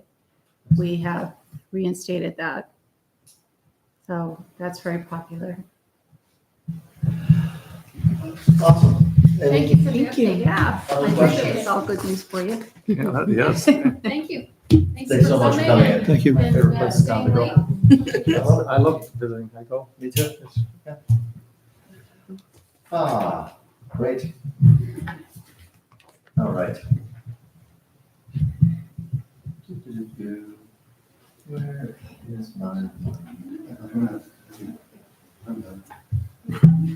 Good night. All right, and since it's almost 8:30, we'll move on to item 12. Request for reimbursement for basement flooding. Hey, welcome. Yes, it is. You're Meryl? Yes, Where are you from? I'm here on behalf of my father, who's 85. Oh, geez. Okay. Yeah. Y'all have some staying power fading here. I'm not sure if anyone had time to read. I think Crystal had attached quite a few items, but long story short, there is what's called a water hammer. Do you all know about what happened? Yes, we all know very much about We this, had yes. multiple Yes. people like me come in. We've No. mostly heard about the town pieces of this rather than the private pieces. Yeah. Yeah. So, this happened, it was like 22nd of January. And it blew out my father's water meter, flooded his basement with about 8 inches of water. And town workers turned off the water. And I know that other homes and businesses were impacted. And he does have homeowners insurance, and so it was able to cover some of the stuff he lost, not all of it. But I think he is turning to you that there's basically a $2,862 deductible that he feels like he shouldn't have to pay. He feels pretty torn up about it, actually. Sometimes eyes water. I think, he's on a fixed income and just, and I think it's gone through a couple other applications. I don't know, I'm looking at you, Kathleen. Right. So it went to the Vermont League of Cities and Towns who, in your packet, there's the determination that the town wasn't legally liable for that. There was also a letter to State Farm Insurance saying the same thing. Yeah. And I think he was told that this is kind of our last stop is to appeal to a town select board. And I think the main idea is the way he talked about it just yesterday was that, okay, so whatever happened to cause the water main to break is one thing, but it was the town who had to turn it back on. And that does bestow some sort of liability to the town. So he feels like he would like to receive some amount of money. And I feel like some of it is about the money. I think some of it feels like an injustice he feels pretty deeply about. Yeah. So that's why I'm here. Could I ask a question? We have there was a security video from the transit center that showed, the hydrant starting to spew water at 11 a.m. And the letters that I saw that the burst water meter at your father's house happened late at night or in the wee hours of the next morning. So my father's 85. He doesn't regularly go down to his basement every day to just check on things. I just wondered if there was a period of time in between that hydrant and your incident, because it was curious. So I Right. don't think we know fully, but the way in which the water meter at the house is burst is like classic water hammer when there's a strong surge that comes through. And so the way the plumbers, and I even think the town, because we learned that word water hammer from the town facilities folks. So my understanding is it's a pretty classic, the way in which the gauge breaks is pretty classic for a water surge when the water's turned up. I'm not an expert in this realm at all. I've learned a lot. I didn't even know some of these terms. Anyway. So yeah. Not sure if you have any questions or. I'm looking for them. Questions, comments, thoughts? No, we've all had a lot of information on this specific case and the overall impact of what this event had in our town. So we probably don't have questions because you probably know a ton more than I do. Yeah. But we got a lot. Yeah. I think the liability element, I don't know how they determine that. And I think that's what he takes issue with. So it's a private decision. Each homeowner decides how they procure their homeowner's insurance and how much of a deductible to get. And the challenge, for me and the other board members is trying to figure out a principled basis for this that doesn't set some precedent that invades the private decision-making piece of this that homeowners choose to do. And I should have brought a pencil. I'm going to write some of this down so I can repeat some of this. You can always see it. Well, you can see it. This This will is on be YouTube? recorded on. I guess I was asking about the water meter, not just because of the apparent difference in timing, but if it was the meter, something about the town's meter that was defective. Not at the site of his house, though. This blew at Hannaford's. I know that there's other people on that same water line. So, and I don't know if they just don't, they have different basements, but he even has a sump pump, but it just was too strong and to keep up. And we store a lot in that basement because he moved into it and just hasn't had the energy to. So lots of things are in that basement on the floor, and so some of that, a lot of that's been covered, not all of it. And he's actually not asking for coverage of that because that feels more homeowner insurance, how robust that is. But the deductible, I completely see your point. Some people might have a small deductible, others people might have a huge deductible. I think the town has to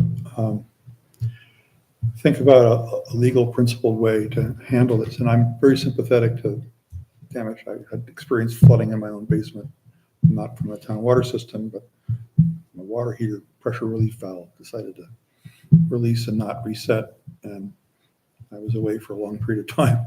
And, so it is not fun. And,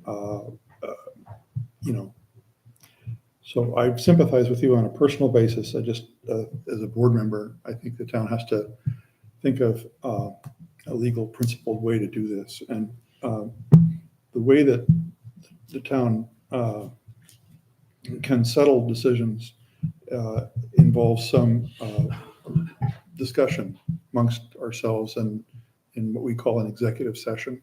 Yeah. And that helps us to formulate something, confer with our attorneys if we need to, or get advice from the staff. So I think what we got all of the information here, and I don't want to. If I really want people to ask questions, by all means, but I think our action to try to respond is to move into executive session and try to figure out how we can do something if we can. And I think if my father was here, he'd probably be a little more fiery than me, but also I appreciate you coming. wounded. It's just he's also extremely old and just tired. But I think even there's something about, even if it's some gesture to say, we realize that we are part of why this happened. We're not to blame in a legal way, perhaps, but there is something that it was turned back on in a particular way, or I don't know the exact details. In fact, you might be able to. Can you tell me? No, Well, we're still trying to figure out there's ourselves. some responsibility that has nothing to do with my father, the way his home is, and even his homeowner insurance to some degree. So I think a gesture, even if it's not the full amount of this particular homeowner insurance deductible, I feel like there's something that would probably heal. I'm speaking for myself right now and not for my father. Okay, well, thank you for enduring the long meeting and waiting to help us with this. And you'll hear from Kathleen, I'm sure, what the results of our discussion. Okay. Or my father, you maybe directly. That you have the contact, I have contact information on your form. Yep. Great. Thanks. I Thank hope, you is so much. that it? Thank you so much. Do you have one more? No, he's staff. He just hangs out here. For fun. Okay. Well, Just another Tuesday. and that's a lot of endurance for y'all. Thank you. Given the time, can we postpone the retreat discussion? I'm sorry. The next item on the agenda, number 13, can we postpone it to the next meeting? We definitely have to come back in 2 weeks to deal with the easement, so yes, I think that's okay. If everyone unanimous consent to move that? Yes. Yes. Yes. We don't need you, David. Oh, of course we need it. Of course we need it. Oh, yeah, gonna stick around for All that sitting around for nothing. Well, I move to approve total expenditures in the amount of $644,291.65, consisting of $494,777.47 for accounts payable, on $149,514.18 for payroll for the period May 29th, 2024 through June 11th, 2024. Second. Moved and seconded. All in favor of paying our bills? Aye. Great. Hi. Oh, thank you. I wonder if I was gonna catch your silence. I realized I hadn't said anything. Yeah. Probably would have been on the video, so. Right. We've got some executive session anticipated. No, you had the board member concerns before that. Oh, we should do that. You're right. Let's do some board member concerns. Let's start with you, Farhan. Oh, thank you. I have nothing except I was a little bit disappointed today with how that easement conversation went. I don't want to go in detail, it's getting late, but I was not happy the way we handled it. Fred. I share that unhappiness. Yeah. Been thinking about it. Yeah. I would just comment that I thought it was a good example of democracy and us having a good discussion and not just automatically approving everything all the time. So I think sometimes we're swayed by the people who show up, and in all other cases, there has always been somebody from Vermont Gas here. And in this case, there was not, and I found that interesting tonight. Congrats to MUHS, class of 2024, graduating, and also to the summer market. They've put on a lot of great markets between this meeting and our last meeting. So they got it started. It's looking awesome. Some yummy food downtown. Yeah. And by the way, Table 21 funded that for the summer. So fantastic. Put up $25,000 to do that. Wow. Okay, so third year in a row. I thought it was interesting conversations tonight. I think we've done the right thing. I need more. Okay, fair I enough. agree with Heather, so. Yeah, very good. I thought it was interesting. I have rarely felt that a conversation is out of my control before in this seat. Yeah, just allowing it to get repetitive when really all the information was already there. I also want to apologize for my presentation at the last meeting of the naming policy. I think I brought that a little more flip, a little less diligently than I should have, and it was not my best work. Thank you, Andy. Okay, very good. I entertain a motion to go into executive session. I move to find that premature general public knowledge regarding probable litigation to which the town would be a party and contracts would clearly place the town at a substantial disadvantage because the discussion will divulge the town's strategy in such probable litigation and contract negotiation. Second? Moved and seconded, all in favor? Aye. Aye. Good. I further move to enter into executive session with the inclusion of town manager and assistant town manager to discuss probable litigation and contracts as allowed under Title I, Section 313A1E. Second. Seconded, all in favor? Aye. Very good. We are in executive session.